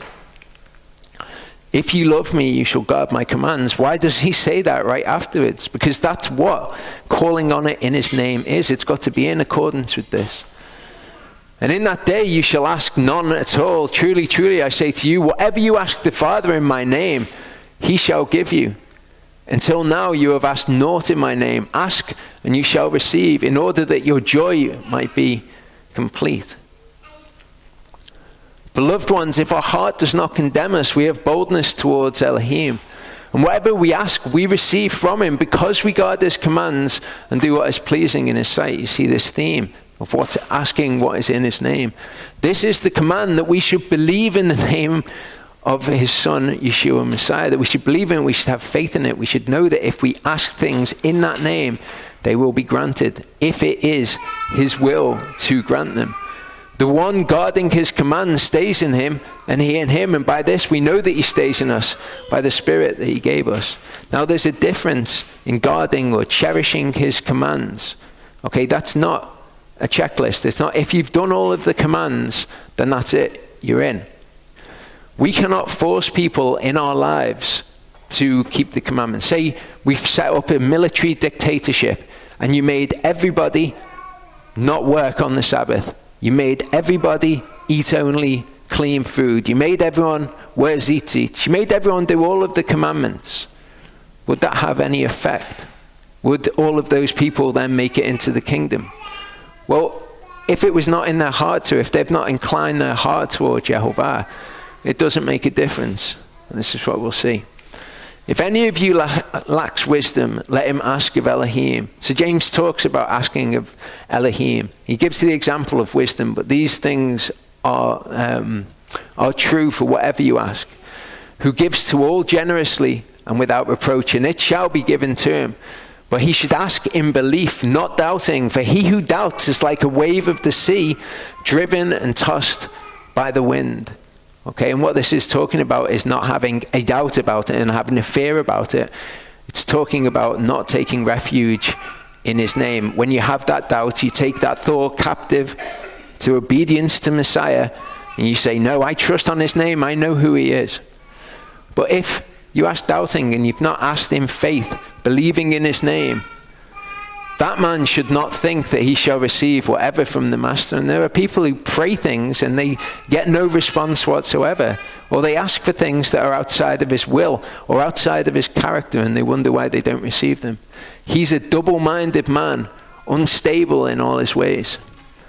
1 John 5:13-15 says, I have written this to you who believe in the name of the Son of Elohim, you who trust in his name, so that you know that you possess everlasting life. You want to talk about eternal security? If you know his name, you've got eternal security. If you take refuge in that name, you've got eternal security. If you want some kind of guarantee that no matter what you do and you can walk astray and go wherever you want, you don't have security because you don't understand him. You don't even know him. You certainly don't trust in his name, because the thing that you're believing in for your salvation is his name. And you know that if you walk correctly, you do his commands, you draw near to him, you take refuge in him. When a test comes, you take refuge in his name. Then you will know that you possess everlasting life, because you know who he is and you know that he would not let you go. So you believe in the name of the Son of Elohim. This is the boldness that we have in him, that if we ask whatever according to his will, he hears us. And if we know that he hears us, whatever we ask, we know that we have the petitions that we've asked of him. Okay, if you know who he is, you know that he is the Elohim in heaven and that he hears your prayer, and you've asked something, you know that it's in accordance with his character, you know that if it's in accordance with his will, he will give it to you. Now we have an example in Yeshua. He said, if it be your will, take this cup from me. Nevertheless, not my will, but yours be done.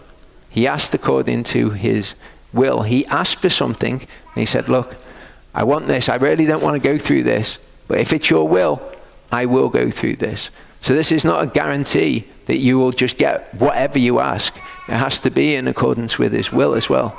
But we can see from his name that he desires to give us these things. He desires to give us abundance of joy. He desires to provide for us. Psalm 9 verse 10 says, and those who know your name trust in you. That is an amazing statement. Those who know your name, and they know it, they trust in you. Of course they do. How could you know his name? How could you know who he is and not have that trust? And that trust is part of what we're to show the world. You have not forsaken those who seek you. Doesn't do it. So if you know that, you will trust in him. Psalm 91 verse 14 says, because he cleaves to me in love, therefore I deliver him. I set him on high because he has known my name.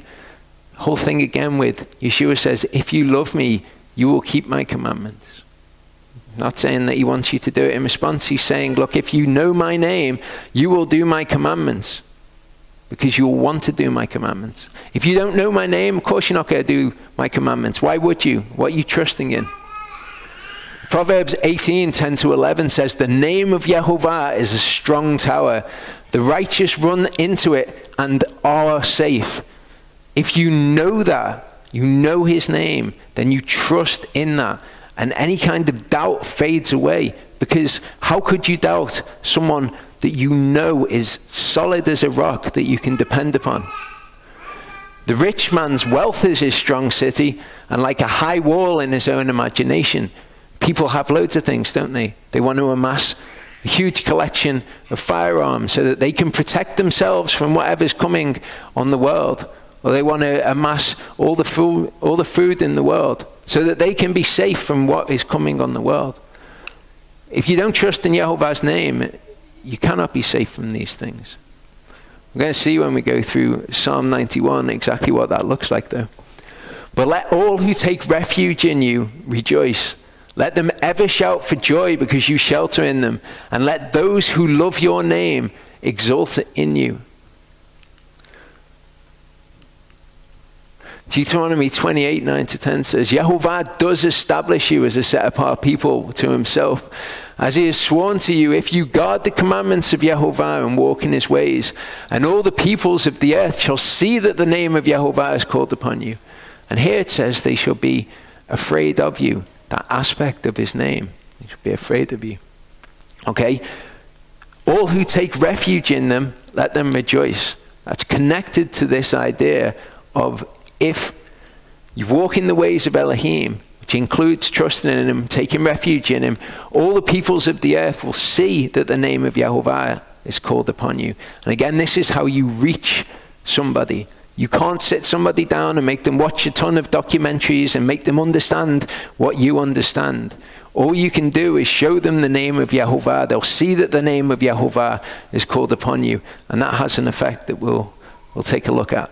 Yeshua says, I have revealed your name to the men whom you gave me out of the world.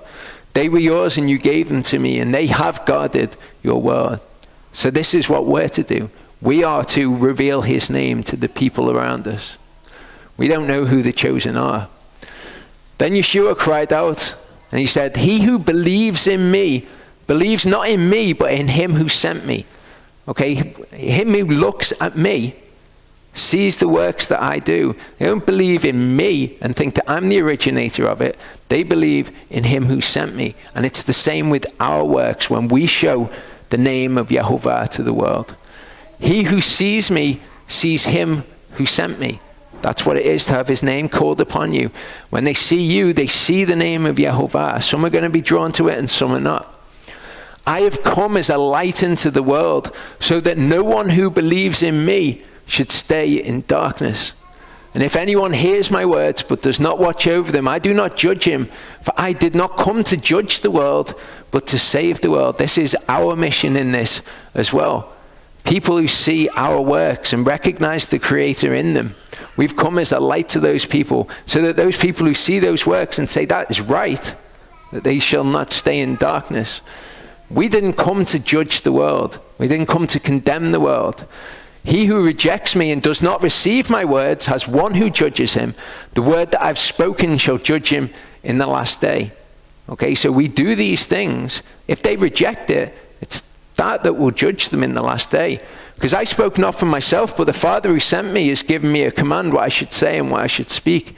And I know his command is everlasting life. So he's saying, look, I didn't come to judge the world, to condemn the world, to bring death to the world. I came to do the Father's will, to show them his name, to do these things, because his command is everlasting life. And if they want everlasting life, they will be drawn to that. But we'll look and see the other response that people have to this light. Now, Genesis 3, 1-6 shows us what the problem is in people.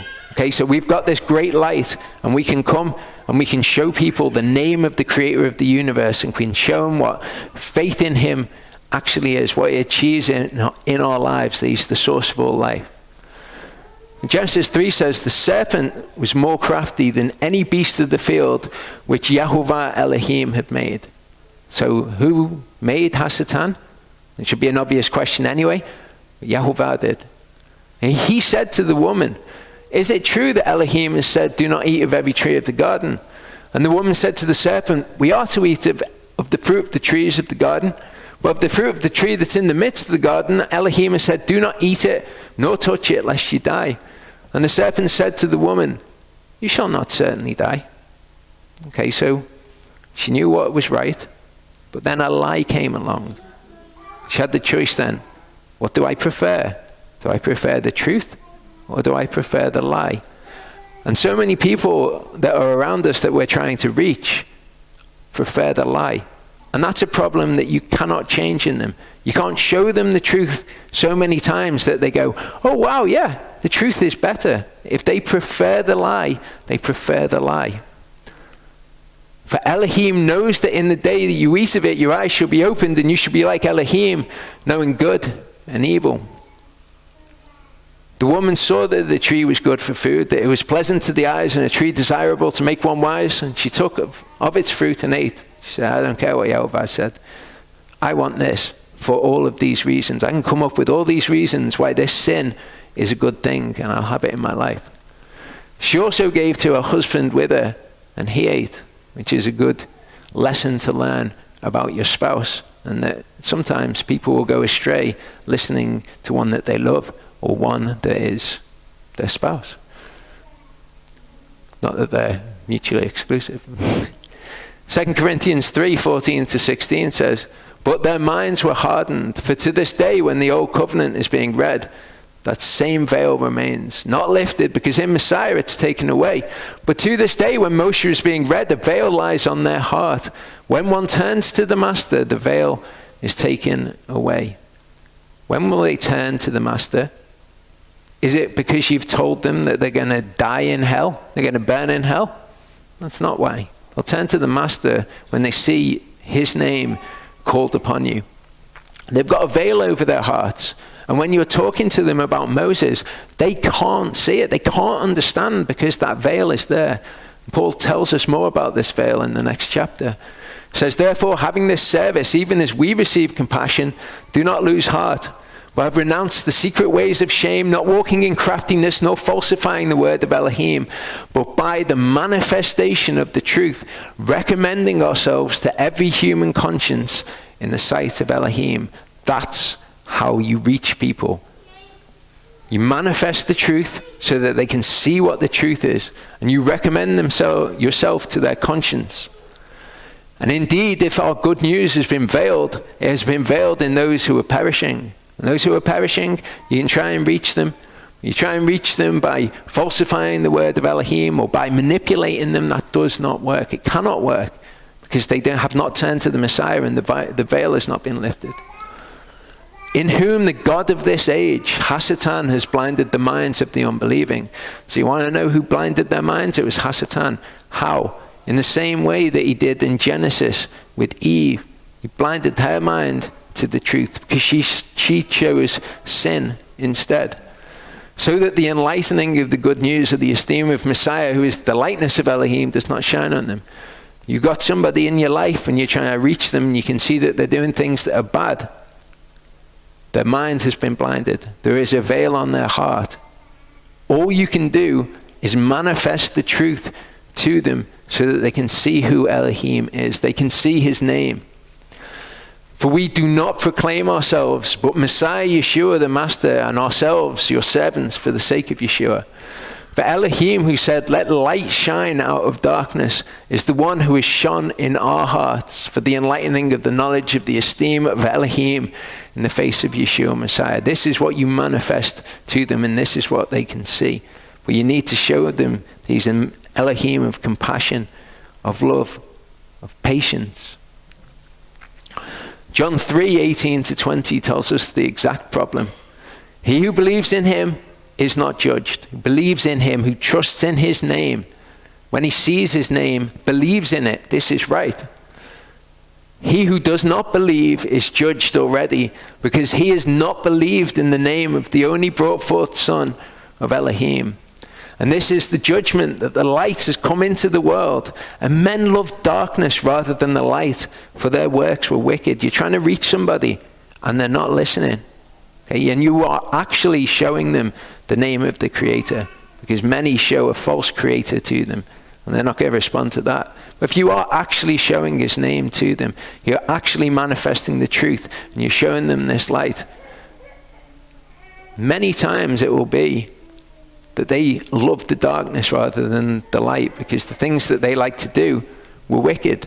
For everyone who is practicing evil matters hates the light, does not come to the light, lest his work should be exposed. So stage one, actually show them who the Creator is, legitimately. Show them his name. Stage two, it's got to be in their heart, to incline their heart to Elohim. You can make them do all of the commandments. You can force them to do all of the commandments, but it will not do anything if their heart hates the light and they love the darkness rather than the light. John 15:19-21 says, if you were of the world would love its own. But because you're not of the world, I chose you out of the world. For that reason, the world hates you. Remember the word that I said to you, a servant is not greater than his master. If they persecuted me, they're going to persecute you too. If they guarded my word, they would guard yours too. But all this they shall do to you because of my name, because they do not know him who sent me. They don't know his name. They don't trust in his name. They don't see his name and believe in it. And so they will reject it. Matthew 13:10-17 says, and the disciples came and said to him, why do you speak to them in parables? He answering said to them, because it has been given to you to know the secret of the kingdom of heaven, but to them it has not been given. Okay, there's a veil on their heart. Whoever possesses what? Whoever possesses to know the secrets of the kingdom of heaven, to him more shall be given. He shall have overflowingly. But whoever does not possess, even what he possesses shall be taken away from him. You can make it very, very clear to people where they stand. You can explain all of the word to them. But if it's not given to them because they've got this veil over their heart, their mind's blinded by Hasatan, by some kind of sin in their life, even what they have, even the little bit that you can give them, will be taken from them. And it's amazing that this has come up this week as well. From the contact that I've had with the people who left the fellowship because they had some kind of sin in their life, and we said, don't come back if you've got sin in your life. Of the people that I know of, all of them have gone astray into some kind of dodgy spiritual understanding. I had one of them this week getting in touch with me, trying to tell me that the law has been done away with. We're free in Christ. I just thought, how long did you sit there and learn about how all of that was completely backwards, and see what the truth was and glorify the truth in what you said? And now you can believe that the law's been done away with? Even what they had was taken from them because it was not given to them to know the secrets of the kingdom of heaven. Because of this, I speak to them in parables, because seeing they do not see, and hearing they do not hear, nor do they understand. And in them the prophecy of Yeshayahu is completely fulfilled, which says, hearing you shall hear and by no means understand. And seeing you shall see, by no means perceive. So you can show someone something so clear, crystal clear. This is the truth. And even intellectually, they've got to acknowledge that that's the truth. But they won't understand it. They won't see his name in it. They won't understand it in the way that we understand it. That's who the Creator is. There is no other way. Okay, it can't be that the law's done away with, because that's who he is. Because we know his name. We know what he's about. For the heart of this people has become thickened, and their eyes are hard of hearing. Their eyes they have closed, lest at any time they should see with their eyes, hear with their ears, lest they should understand with their heart and turn back, and I heal them. This word lest, wherever it is, lest they should understand, means in case they should understand. The prophecy of Yeshayahu has been fulfilled. He doesn't want them to have the veil taken off their hearts because they've not turned to him. He's saying it would be a bad thing if they could understand, because their hearts have not turned to me. Again, he doesn't want a military dictatorship where everyone in the kingdom follows the laws because they're fearful of something. He wants a kingdom of people who trust in his name, and that is the core of their faith. That is what their faith is, the faith in his name. Blessed are your eyes because they see, and your ears because they hear. For truly I say to you that many prophets and righteous ones long to see what you see and did not see it, and to hear what you hear and did not hear it. That is amazing. Titus 3:9-11 says, but keep away from foolish questions, genealogies and strifes and quarrels about the Torah, for they're unprofitable and useless. They don't do any good. You can belabor to somebody as much as you want that they should be following the Torah. If they've got that veil on their hearts, they're not going to listen to you, and you're wasting your time. The word says reject a divisive man after the first and second warning. So yes, okay, if they come into your orbit, maybe tell them what the truth is. But if they reject it, you can see they've got a veil on their heart. They've chosen sin instead. Reject them. Put them in Yehovah's hands. Pray for them, certainly. But do not engage in all of this garbage. Knowing that such a one has been perverted and sins, being self-condemned. And Yeshua sees them and says, yes, it's good that they do not see. It's good that they do not perceive, because otherwise they might in their own self-interest turn to me so that I would then have to heal them. Yeshua basically says this is the way that it's supposed to be. And that's part of faith in his name, for us to accept that's the way that he has things. Okay, that is his name. You read before that he has got nothing but kindness for those who turn to him. But for those who don't, he will punish them. That's his name. And we need to have faith in that and trust that what he decides is right. Isaiah 55:3-11 says, incline your ear and come to me. Hear so that your soul lives. This is what he wants in people. He wants them to incline their ears to him, to incline their hearts to him. Okay? Without that, no amount of religious works can save anyone. Let me make an everlasting covenant with you, the trustworthy kindnesses of David. And we read in the Psalms the kindnesses that he showed to David, the fact that he could take refuge in his name and that he would protect him from his enemies and all of those things. See, I've given him as a witness to the people. Look how I treated David. Look at my relationship with David. That is offered to you. A leader and a commander for the people. See, a nation you do not know you shall call. And a nation who does not know you, run to you because of Yehovah your Elohim and the set apart one of Yisrael, for he has adorned you. How is it that you get people to turn to you? The Gentiles. That's what this is talking about. You let Yehovah adorn you. Okay, you have his name called upon you. You walk in those things. You're kind, you're compassionate, you're patient with people. You show them that you can trust in Yehovah, and when you do, he comes through and he protects you. And because he adorned you, these people will come to you. You won't have to go to them and try to badger them into turning to Yehovah. He adorned you and they'll come to you. Seek Yehovah while he is to be found. Call on him. Call on his name while he is near. Let the wrong forsake his way and the unrighteous man his thoughts. Let him return to Yehovah, who has compassion on him, and to our Elohim, for he pardons much. So we show them that that's who he is. And then they forsake their evil.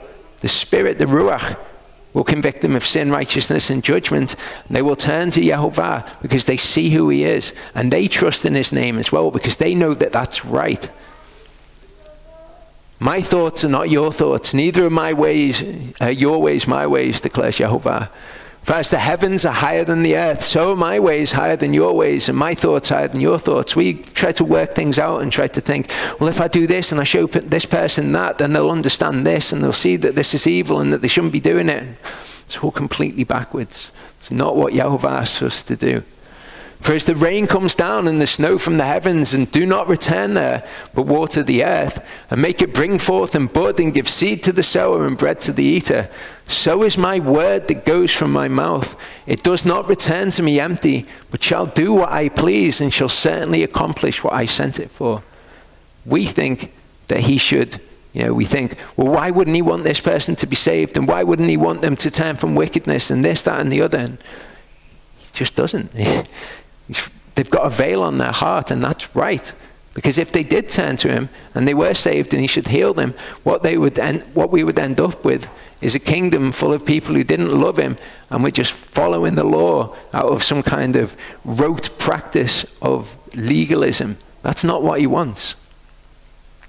Ezekiel 18:25 says, and you said the way of YHVH is not right. Hear now, O house of Yisrael. Is my way not right? Is it not your ways that are not right? Think about it. Do you want a kingdom full of lawless people? People who want in their hearts to be lawless? Or is my way right? We'll just keep those people out of the kingdom. They live their lives and then they'll end up being destroyed. And that's very sad for them, but that's the right way because they've shown what's in their heart. The Ale, his way is perfect. The word of YHVH is proven. He is a shield to all who take refuge in him. Okay, this is talking about knowing his name, knowing his word, that it's proven, that it's solid. He's a shield to everyone who takes refuge in him. You've got a problem, you take refuge in him. And then that is another form of showing people his name so they see that you can rely on him. They see that in your life. It's proven to them. It's absolutely certain to them because they've seen example after example in your own life. Colossians 3 verse 17 says, whatever you do in word or deed, do all in the name of the Master Yeshua, giving thanks to Elohim the Father through him. Titus 1 verse 16 says that there are going to be some people who profess to do that. There are going to be some people who profess to know his name, profess to know him, but in their works they deny him. And we can do this by not trusting in him. If we say we know him, we know the creator of the universe, he does all these things and we speak all these things, and yet when a trial comes up in our lives, we show people that we don't actually have any faith in him whatsoever. Through our works, we actually deny who he is. Because if we knew him, we trust him. My little children, let us not love in word or in tongue, but in deed and in truth. Okay, let us not profess to know the Creator and then deny him in our works. Let's not love him in word or in tongue, but in deed and in truth. And by this we know that we are of the truth and shall set our hearts at rest before him. Our hearts will be at rest. And this is exactly what Charlie was talking about last week. Okay? We know that we're of the truth, we know him, and our hearts are at rest before him. Mark 9, 5-6, Yeshua began to say to them, take heed that no one leads you astray. Many shall come in my name saying I am he, and they shall lead many astray. There are many who come, and they'll profess to know him. They'll profess to know his name, but you can see through their life that they don't trust him, that they don't think that he's compassionate, he's loving, he's kind, all the rest of it. Yeshua answering said to them, take heed that no one leads you astray. For many shall come in my name saying, I am the Messiah, and they shall lead many astray. And I would say to people, take heed that you lead no one astray, that you trust in the name of YHVH And that requires you to know his name. And when you know those things of him, that you actually trust in those things. If you don't trust in those things, and you've got no faith in those things, you've got no business proclaiming his name to people and then denying him in the things that you do.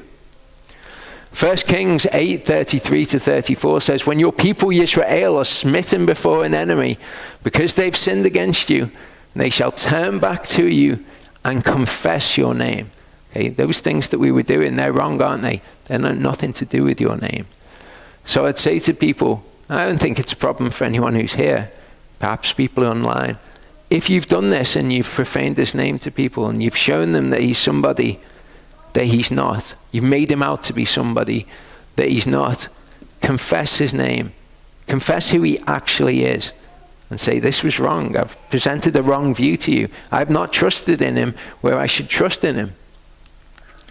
Then hear in the heavens and forgive the sin of your people, Israel. Because this, again, is part of his name. This is a part of his name that's important for us to get across to people. I write to you, little children, because your sins have been forgiven on account of his name. Because that's who he is. He wants to forgive sin. So if you're in a position where you've led people astray and you've painted this false god for them and you've been terrified of your own shadow and you've been terrified of things that are coming on the earth, when you know that you should be able to take refuge in him, repent, confess what his name actually is and turn back to him, and your sins will be forgiven on account of his name. But you, O Yehovah, Master, deal with me for your name's sake. David is a man who knew Yehovah's name. Because your kindness is good, deliver me. He knew that when he called out to Yehovah, that he could trust in his name. Romans 2:23-25 shows us also how we can profane his name before people. You who make your boast in the Torah, through transgression of the Torah, do you disrespect Elohim? And there are many nowadays who make their boast in the Torah. We're Torah keepers. When it comes to it, there's little bits here and there. They're like, oh, I'm not going to do this. I'm not going to do that. I'm not going to take the Torah as a whole. The name of Elohim is blasphemed among the Gentiles because of you, as it has been written.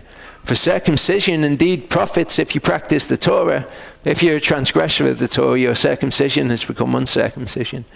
Wherein tzitzit is profitable if you practice the Torah. But if you become a transgressor of the Torah, your tzitzit are worthless, because it's about where your heart's at. Psalm 17 says, hear righteousness, Yehovah, listen to my cry. Give ear to my prayer from lips without deceit. Let my justice go from your presence. Let your eyes see what is straight. You have examined my heart. You have visited me in the night. You have tried me. You find I have not schemed. My mouth would not transgress. So this is David knowing his name. He knows that if he is like this before Yehovah, that Yehovah has promised certain things that he can rely on, that he can trust in.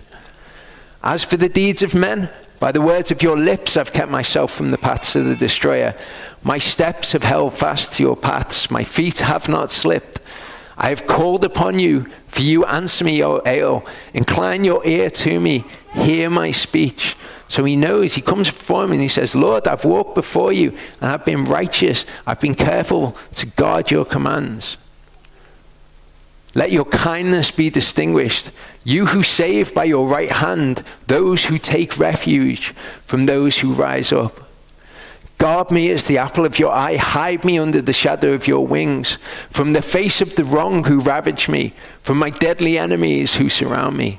And this is important because there are many in the Torah movement who will watch conspiracy videos and they'll get this idea of what the world's going to be like in the end times and it's all going to be terrible and they're bringing these things upon us. We know that if we trust in his name, and we actually trust in his name, that he will hide us, that he will guard us through these things. And we can ask these things if we have his name called upon us and we've done what is right in his sight. They are enclosed in their own fat. They speak proudly with their mouths. They have now surrounded us in our steps. They set their eyes to cast us to the ground. These people have the intention of coming and killing David and his men. That's their intention. We're going to go, I'm going to kill them. David knows that he's fine. None of that's going to harm him. like a lion who is eager to tear his prey, and as a young lion crouching in cover. Arise, O YHVH, confront him, cause him to bend, deliver my soul from the wrong by your sword.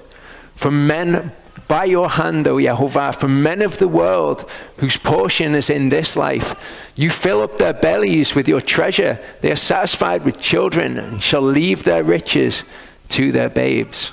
Okay, so you want to think of people like the Illuminati, or the powerful people in the world who want to do harm to people who are righteous. Okay, just acknowledge that that is something that happens. These are men of the world whose portion's in this life. Okay, they've had their bellies filled up with YHVH's treasure. He's been a part of this, and we're going to see YHVH's hand in the lives of such people. As for me, let me see your face in righteousness. I am satisfied to see your appearance when I awake. So he says, for them, their portion's in this life. They're satisfied with all these things of the world. For me, let me see your face in righteousness. I'm satisfied by that. I'm satisfied to see your appearance when I awake. I don't need any of that other stuff. Why? I know your name. I'm one of the few people in the world who knows the name of the Creator. And it's not the noise that you make when you refer to him. Knowing his name is knowing his character, and knowing what he promises, and knowing that he is steadfast to provide those things. And for us, you can keep all of this. Nothing to us. That's where they put their trust. For us, we're satisfied to know who he is. Romans 12 verse 19 says, Beloved, do not revenge yourselves, but give place to wrath, for it has been written, Vengeance is mine, I shall repay, says YHVH. And if you know his name, you know that this is true, that you do not have to go around taking vengeance on people, or someone does something wrong to you, you've got to do something back, because you know that you can trust in YHVH, and he's just, and his justices are amazing, the things that he tells us to do. The things that he tells us to do so that we can show who he is to other people when we're fair-minded with them and we do the right thing in those situations. Psalm 119, 111 to 121 says, Your witnesses are my inheritance forever. They are the joy of my heart. This is amazing. His witnesses, what are his witnesses? His testimonies. What are they? They're things that show us who he is in his word. They're things that testify of who he is. It's to know his name. The fact that I know your name is my inheritance forever. I don't worry about anything. They are the joy of my heart. That's the source of the joy that's in my heart, because I know your name. I've inclined my heart to do your laws forever to the end. I've inclined my heart to do your laws. Again, you can't force anybody to do anything. This has to be our response.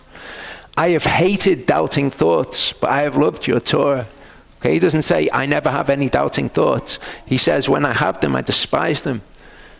I have loved your Torah. You are my hiding place and my shield. I have waited for your word because I trust in your name. No matter what's happening around me, it doesn't matter. We've had conversations like this. I've waited for your word because I know your character. I know that you're going to bring these things about. Waiting is a big part of it, isn't it? Turn away from me, you evildoers. I observe the commands of my Elohim.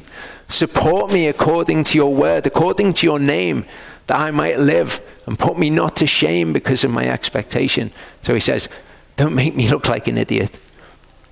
Sustain me that I might be saved, and always look to your laws. You have made light of all those who stray from your laws, for falsehood is their deceit. Again, like with the serpent.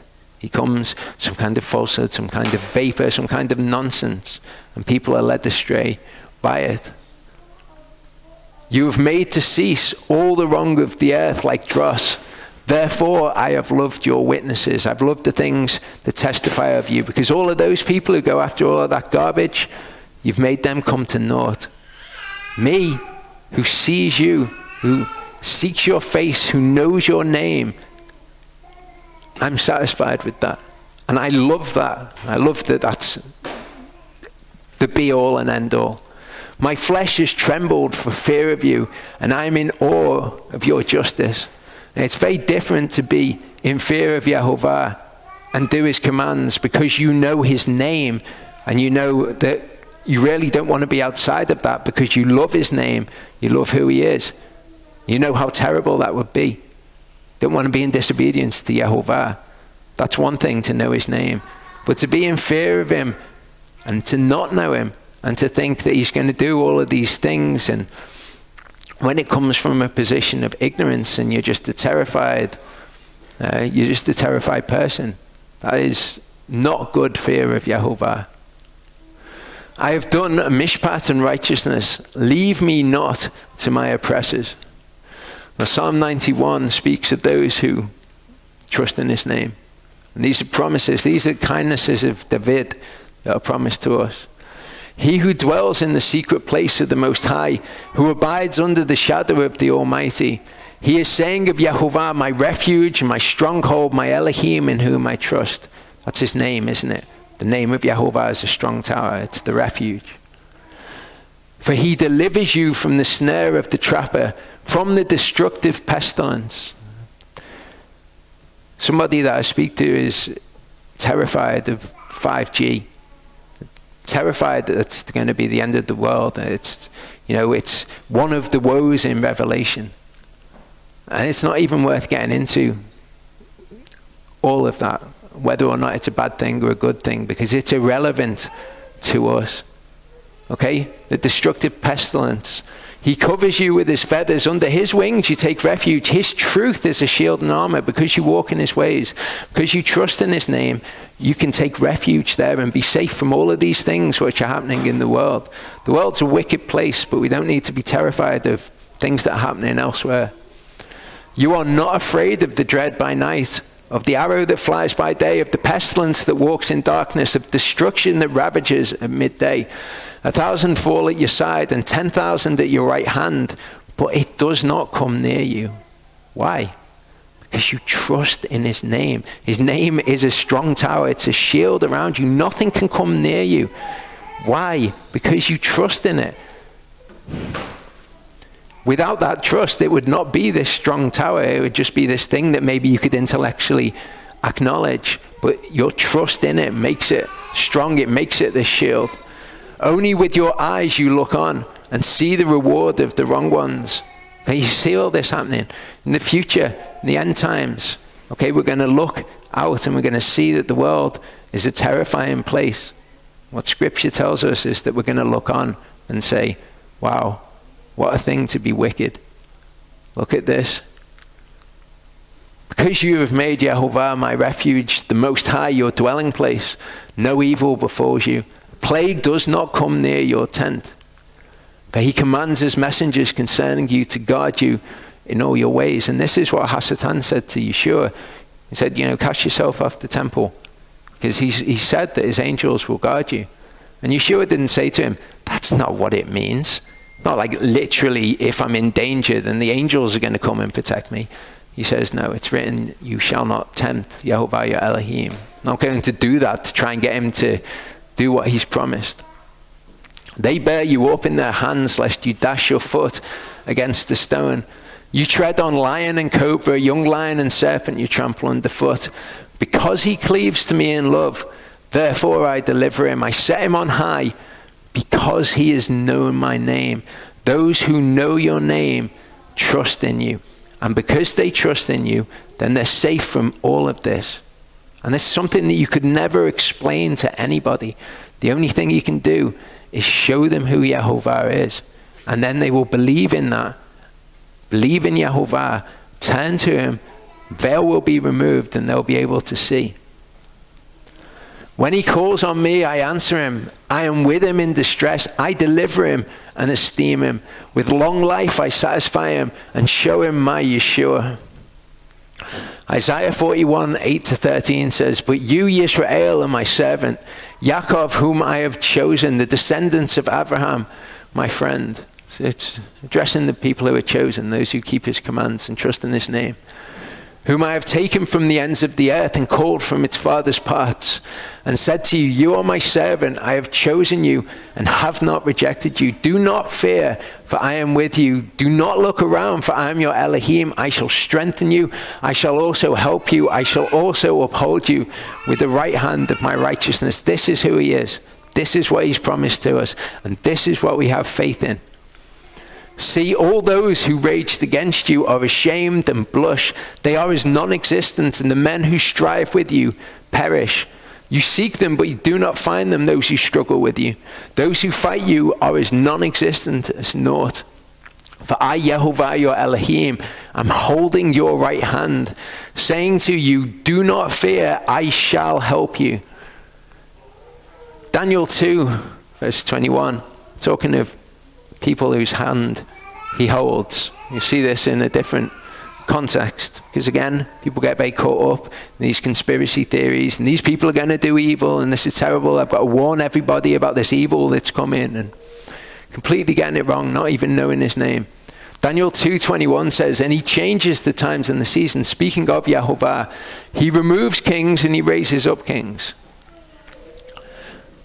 When I was in the British Museum, I took a photograph of this because I thought it was very significant to this sort of thing. It says, building Babylon, this inscribed stone was found in the ruins of Babylon and describes the religious devotion and civic achievements of Nebuchadnezzar II. Okay, that's who it's talking of in Daniel 2, when it's like he's showing you that he raises up kings and he removed kings. He's showing you that he raised you up, Nebuchadnezzar.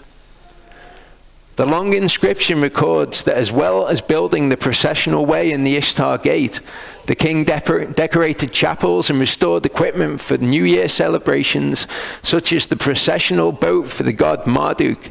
He also rebuilt temples and improved the city walls.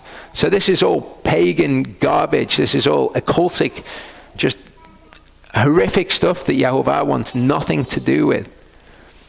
People will look and they'll say, look what they're doing. They're making the gate of Baal and they're moving it around all of the cities. These people are terrible. They're evil.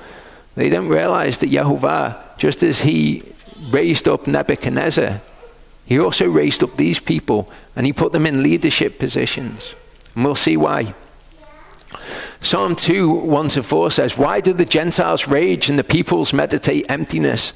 The kings of the earth take their stand and the rulers take counsel together against YHVH and against his Messiah and say, let us tear apart their bonds and throw away their ropes from us. And these are people that he's raised up, remember. He who is sitting in the heavens laughs. YHVH mocks at them. Okay, they can have whatever evil plans they want. They can want to destroy our brains with 5G. But if YHVH doesn't want that to happen, it won't happen. And he promises to guard us from anything like that anyway if we trust in his name. But if we are terrified of those sort of things, what we're actually proving to everyone around us is that we don't believe in his actual name. We believe in a God who will allow those things to happen to us.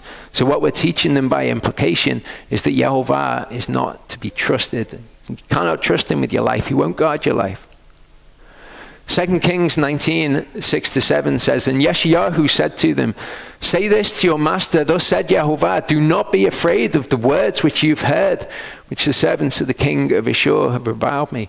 Okay, so they came and they said, all these terrible things are going to come upon you. Isaiah said, don't listen. Don't be afraid of those things that you've heard.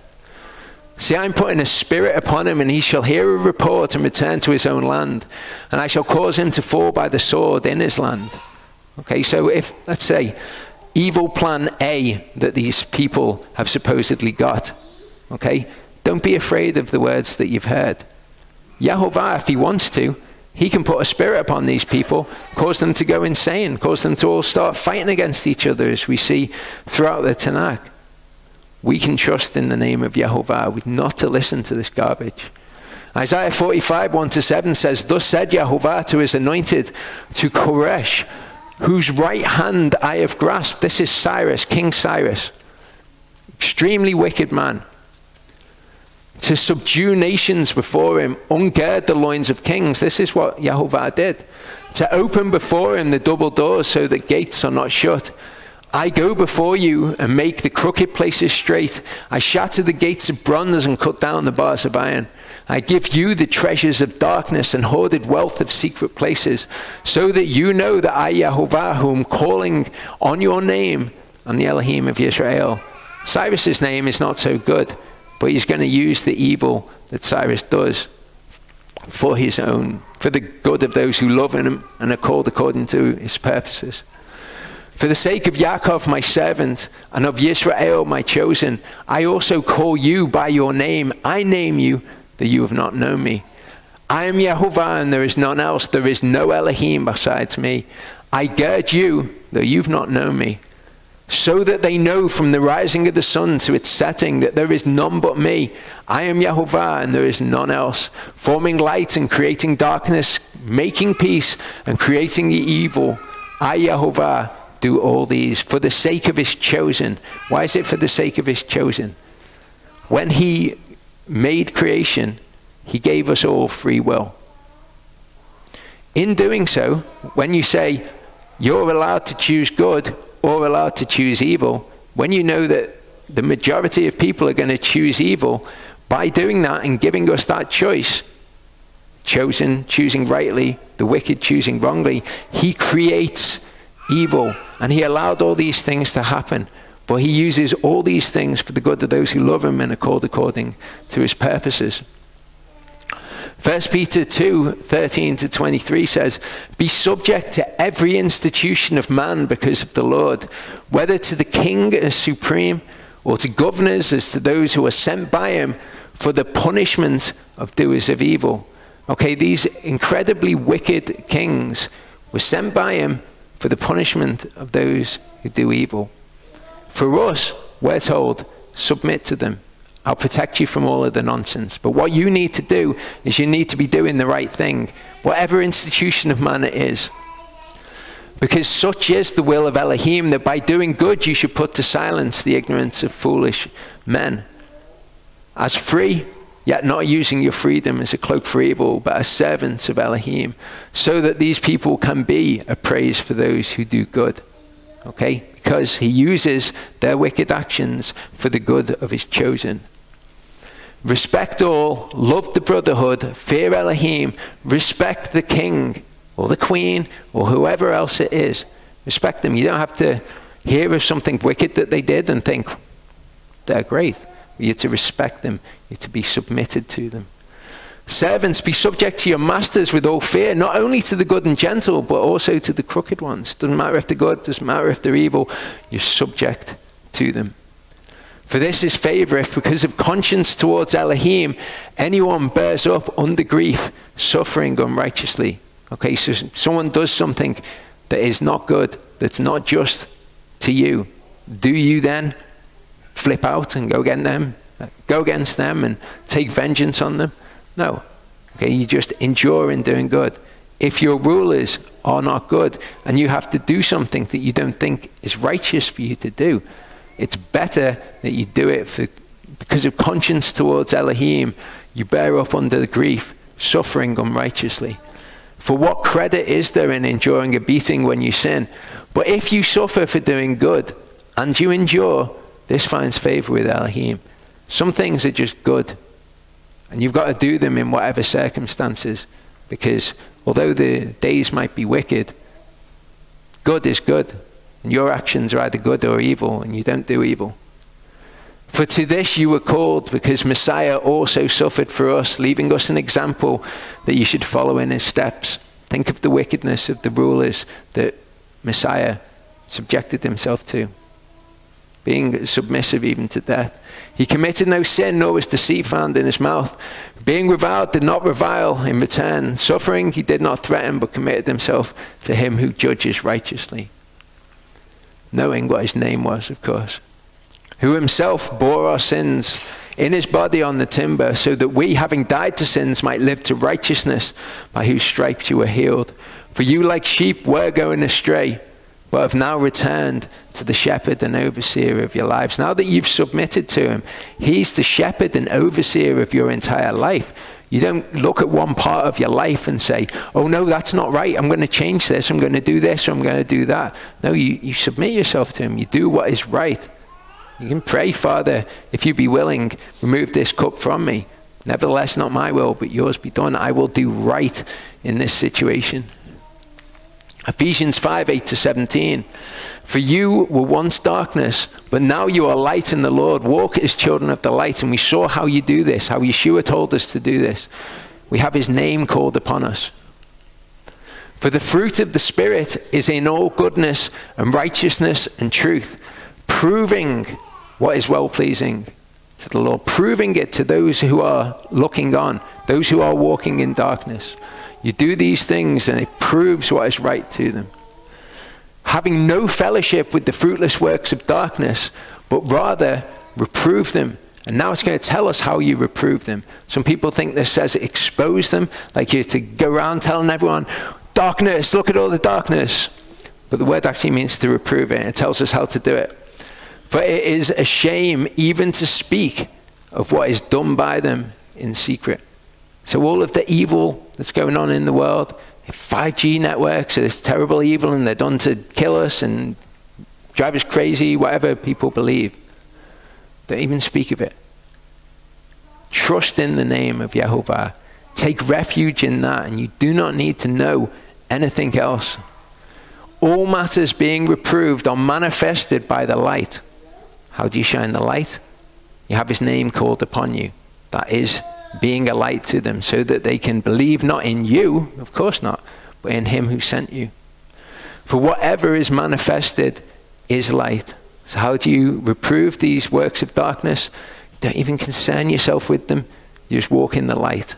And they're made manifest to be evil. You show people what evil is by showing them what good is.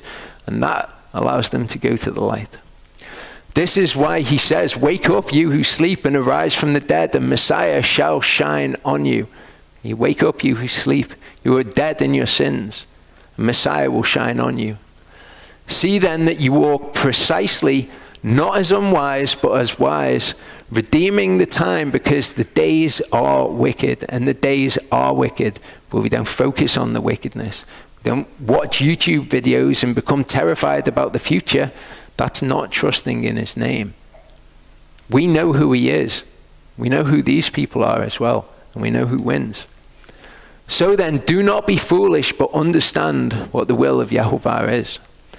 Jeremiah 36:17-20 says, and Jeremiah said to Zedekiah, thus said YHVH, the Elohim Sepha'ot, the Elohim of Yisrael, if you do indeed surrender to the heads of the kings of Babel, then your king shall live, and this city not be burned with fire, and you and your house shall live. Now this wouldn't have made sense to them. You submit to the king of Babylon, he's going to come here and he's going to kill us.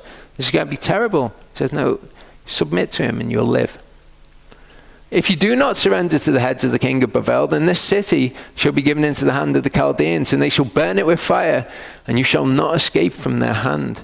Then Zedekiah said to Jeremiah, I am afraid of the Jews who have gone over to the Chaldeans, lest they give me into their hand, and they maltreat me.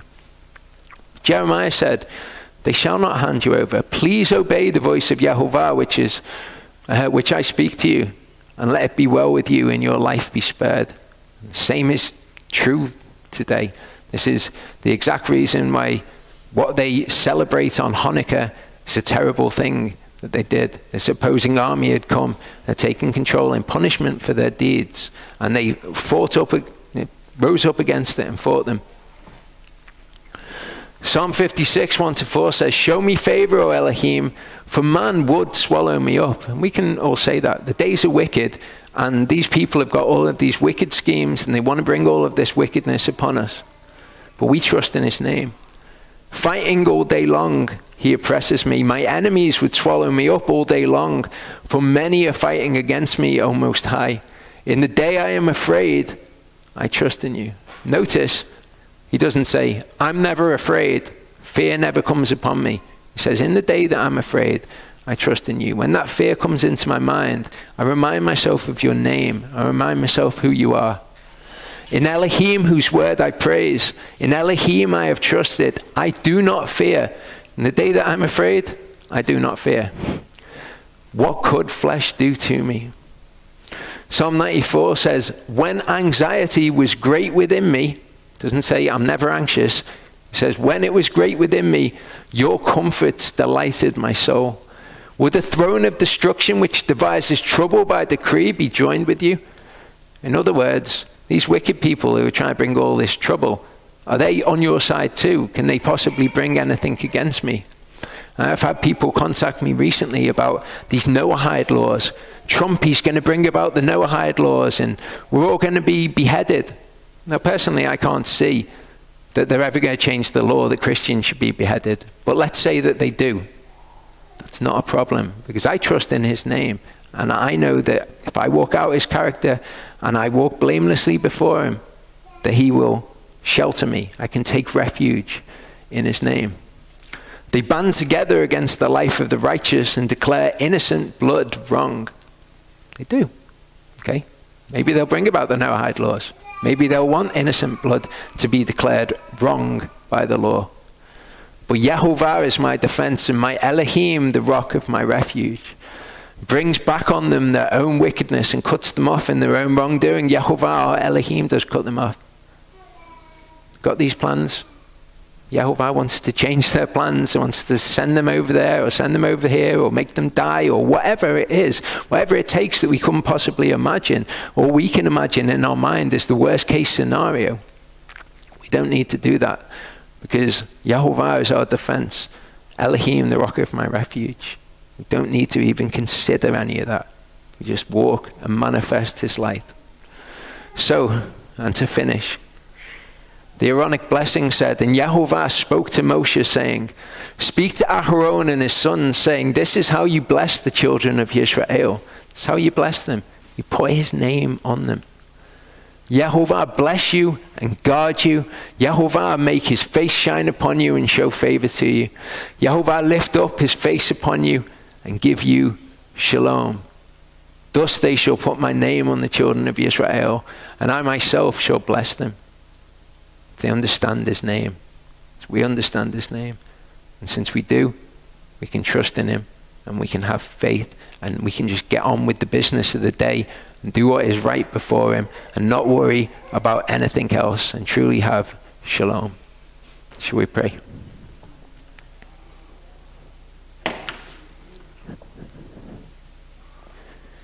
Father, thank you for who you are. Thank you for revealing who you are to each one of us. Thank you that you're a refuge in these wicked days. Thank you that you knew every moment of every day from the beginning of creation. Thank you that you've done all of this for our sake. And I pray, Father, that it is for our sake and that we will be found to be among the chosen. Thank you for your name. Thank you for the dependability that comes from knowing who you are. Thank you that we can trust in you because you're so amazing. Thank you for the fact that you're patient with us when we doubt. When anxiety rises up within us and you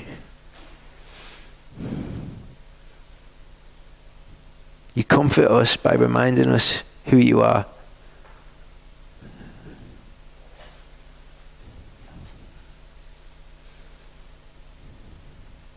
Thank you, Father, that you will punish the wicked. Thank you for showing us how to be righteous, how to be pleasing in your sight, and to me not be numbered with them. Thank you for what you're doing here, Father. I pray that you would guide us as to the building. And we know that we can trust in your name and that whatever happens is happening for a reason. But it's our desire, Father, that we would continue to meet here and continue to glorify your name here. Thank you that we can come to you in prayer and that you're patient and compassionate with us. Thank you that you promise to guide our steps. Thank you for who you are, Father. Amen.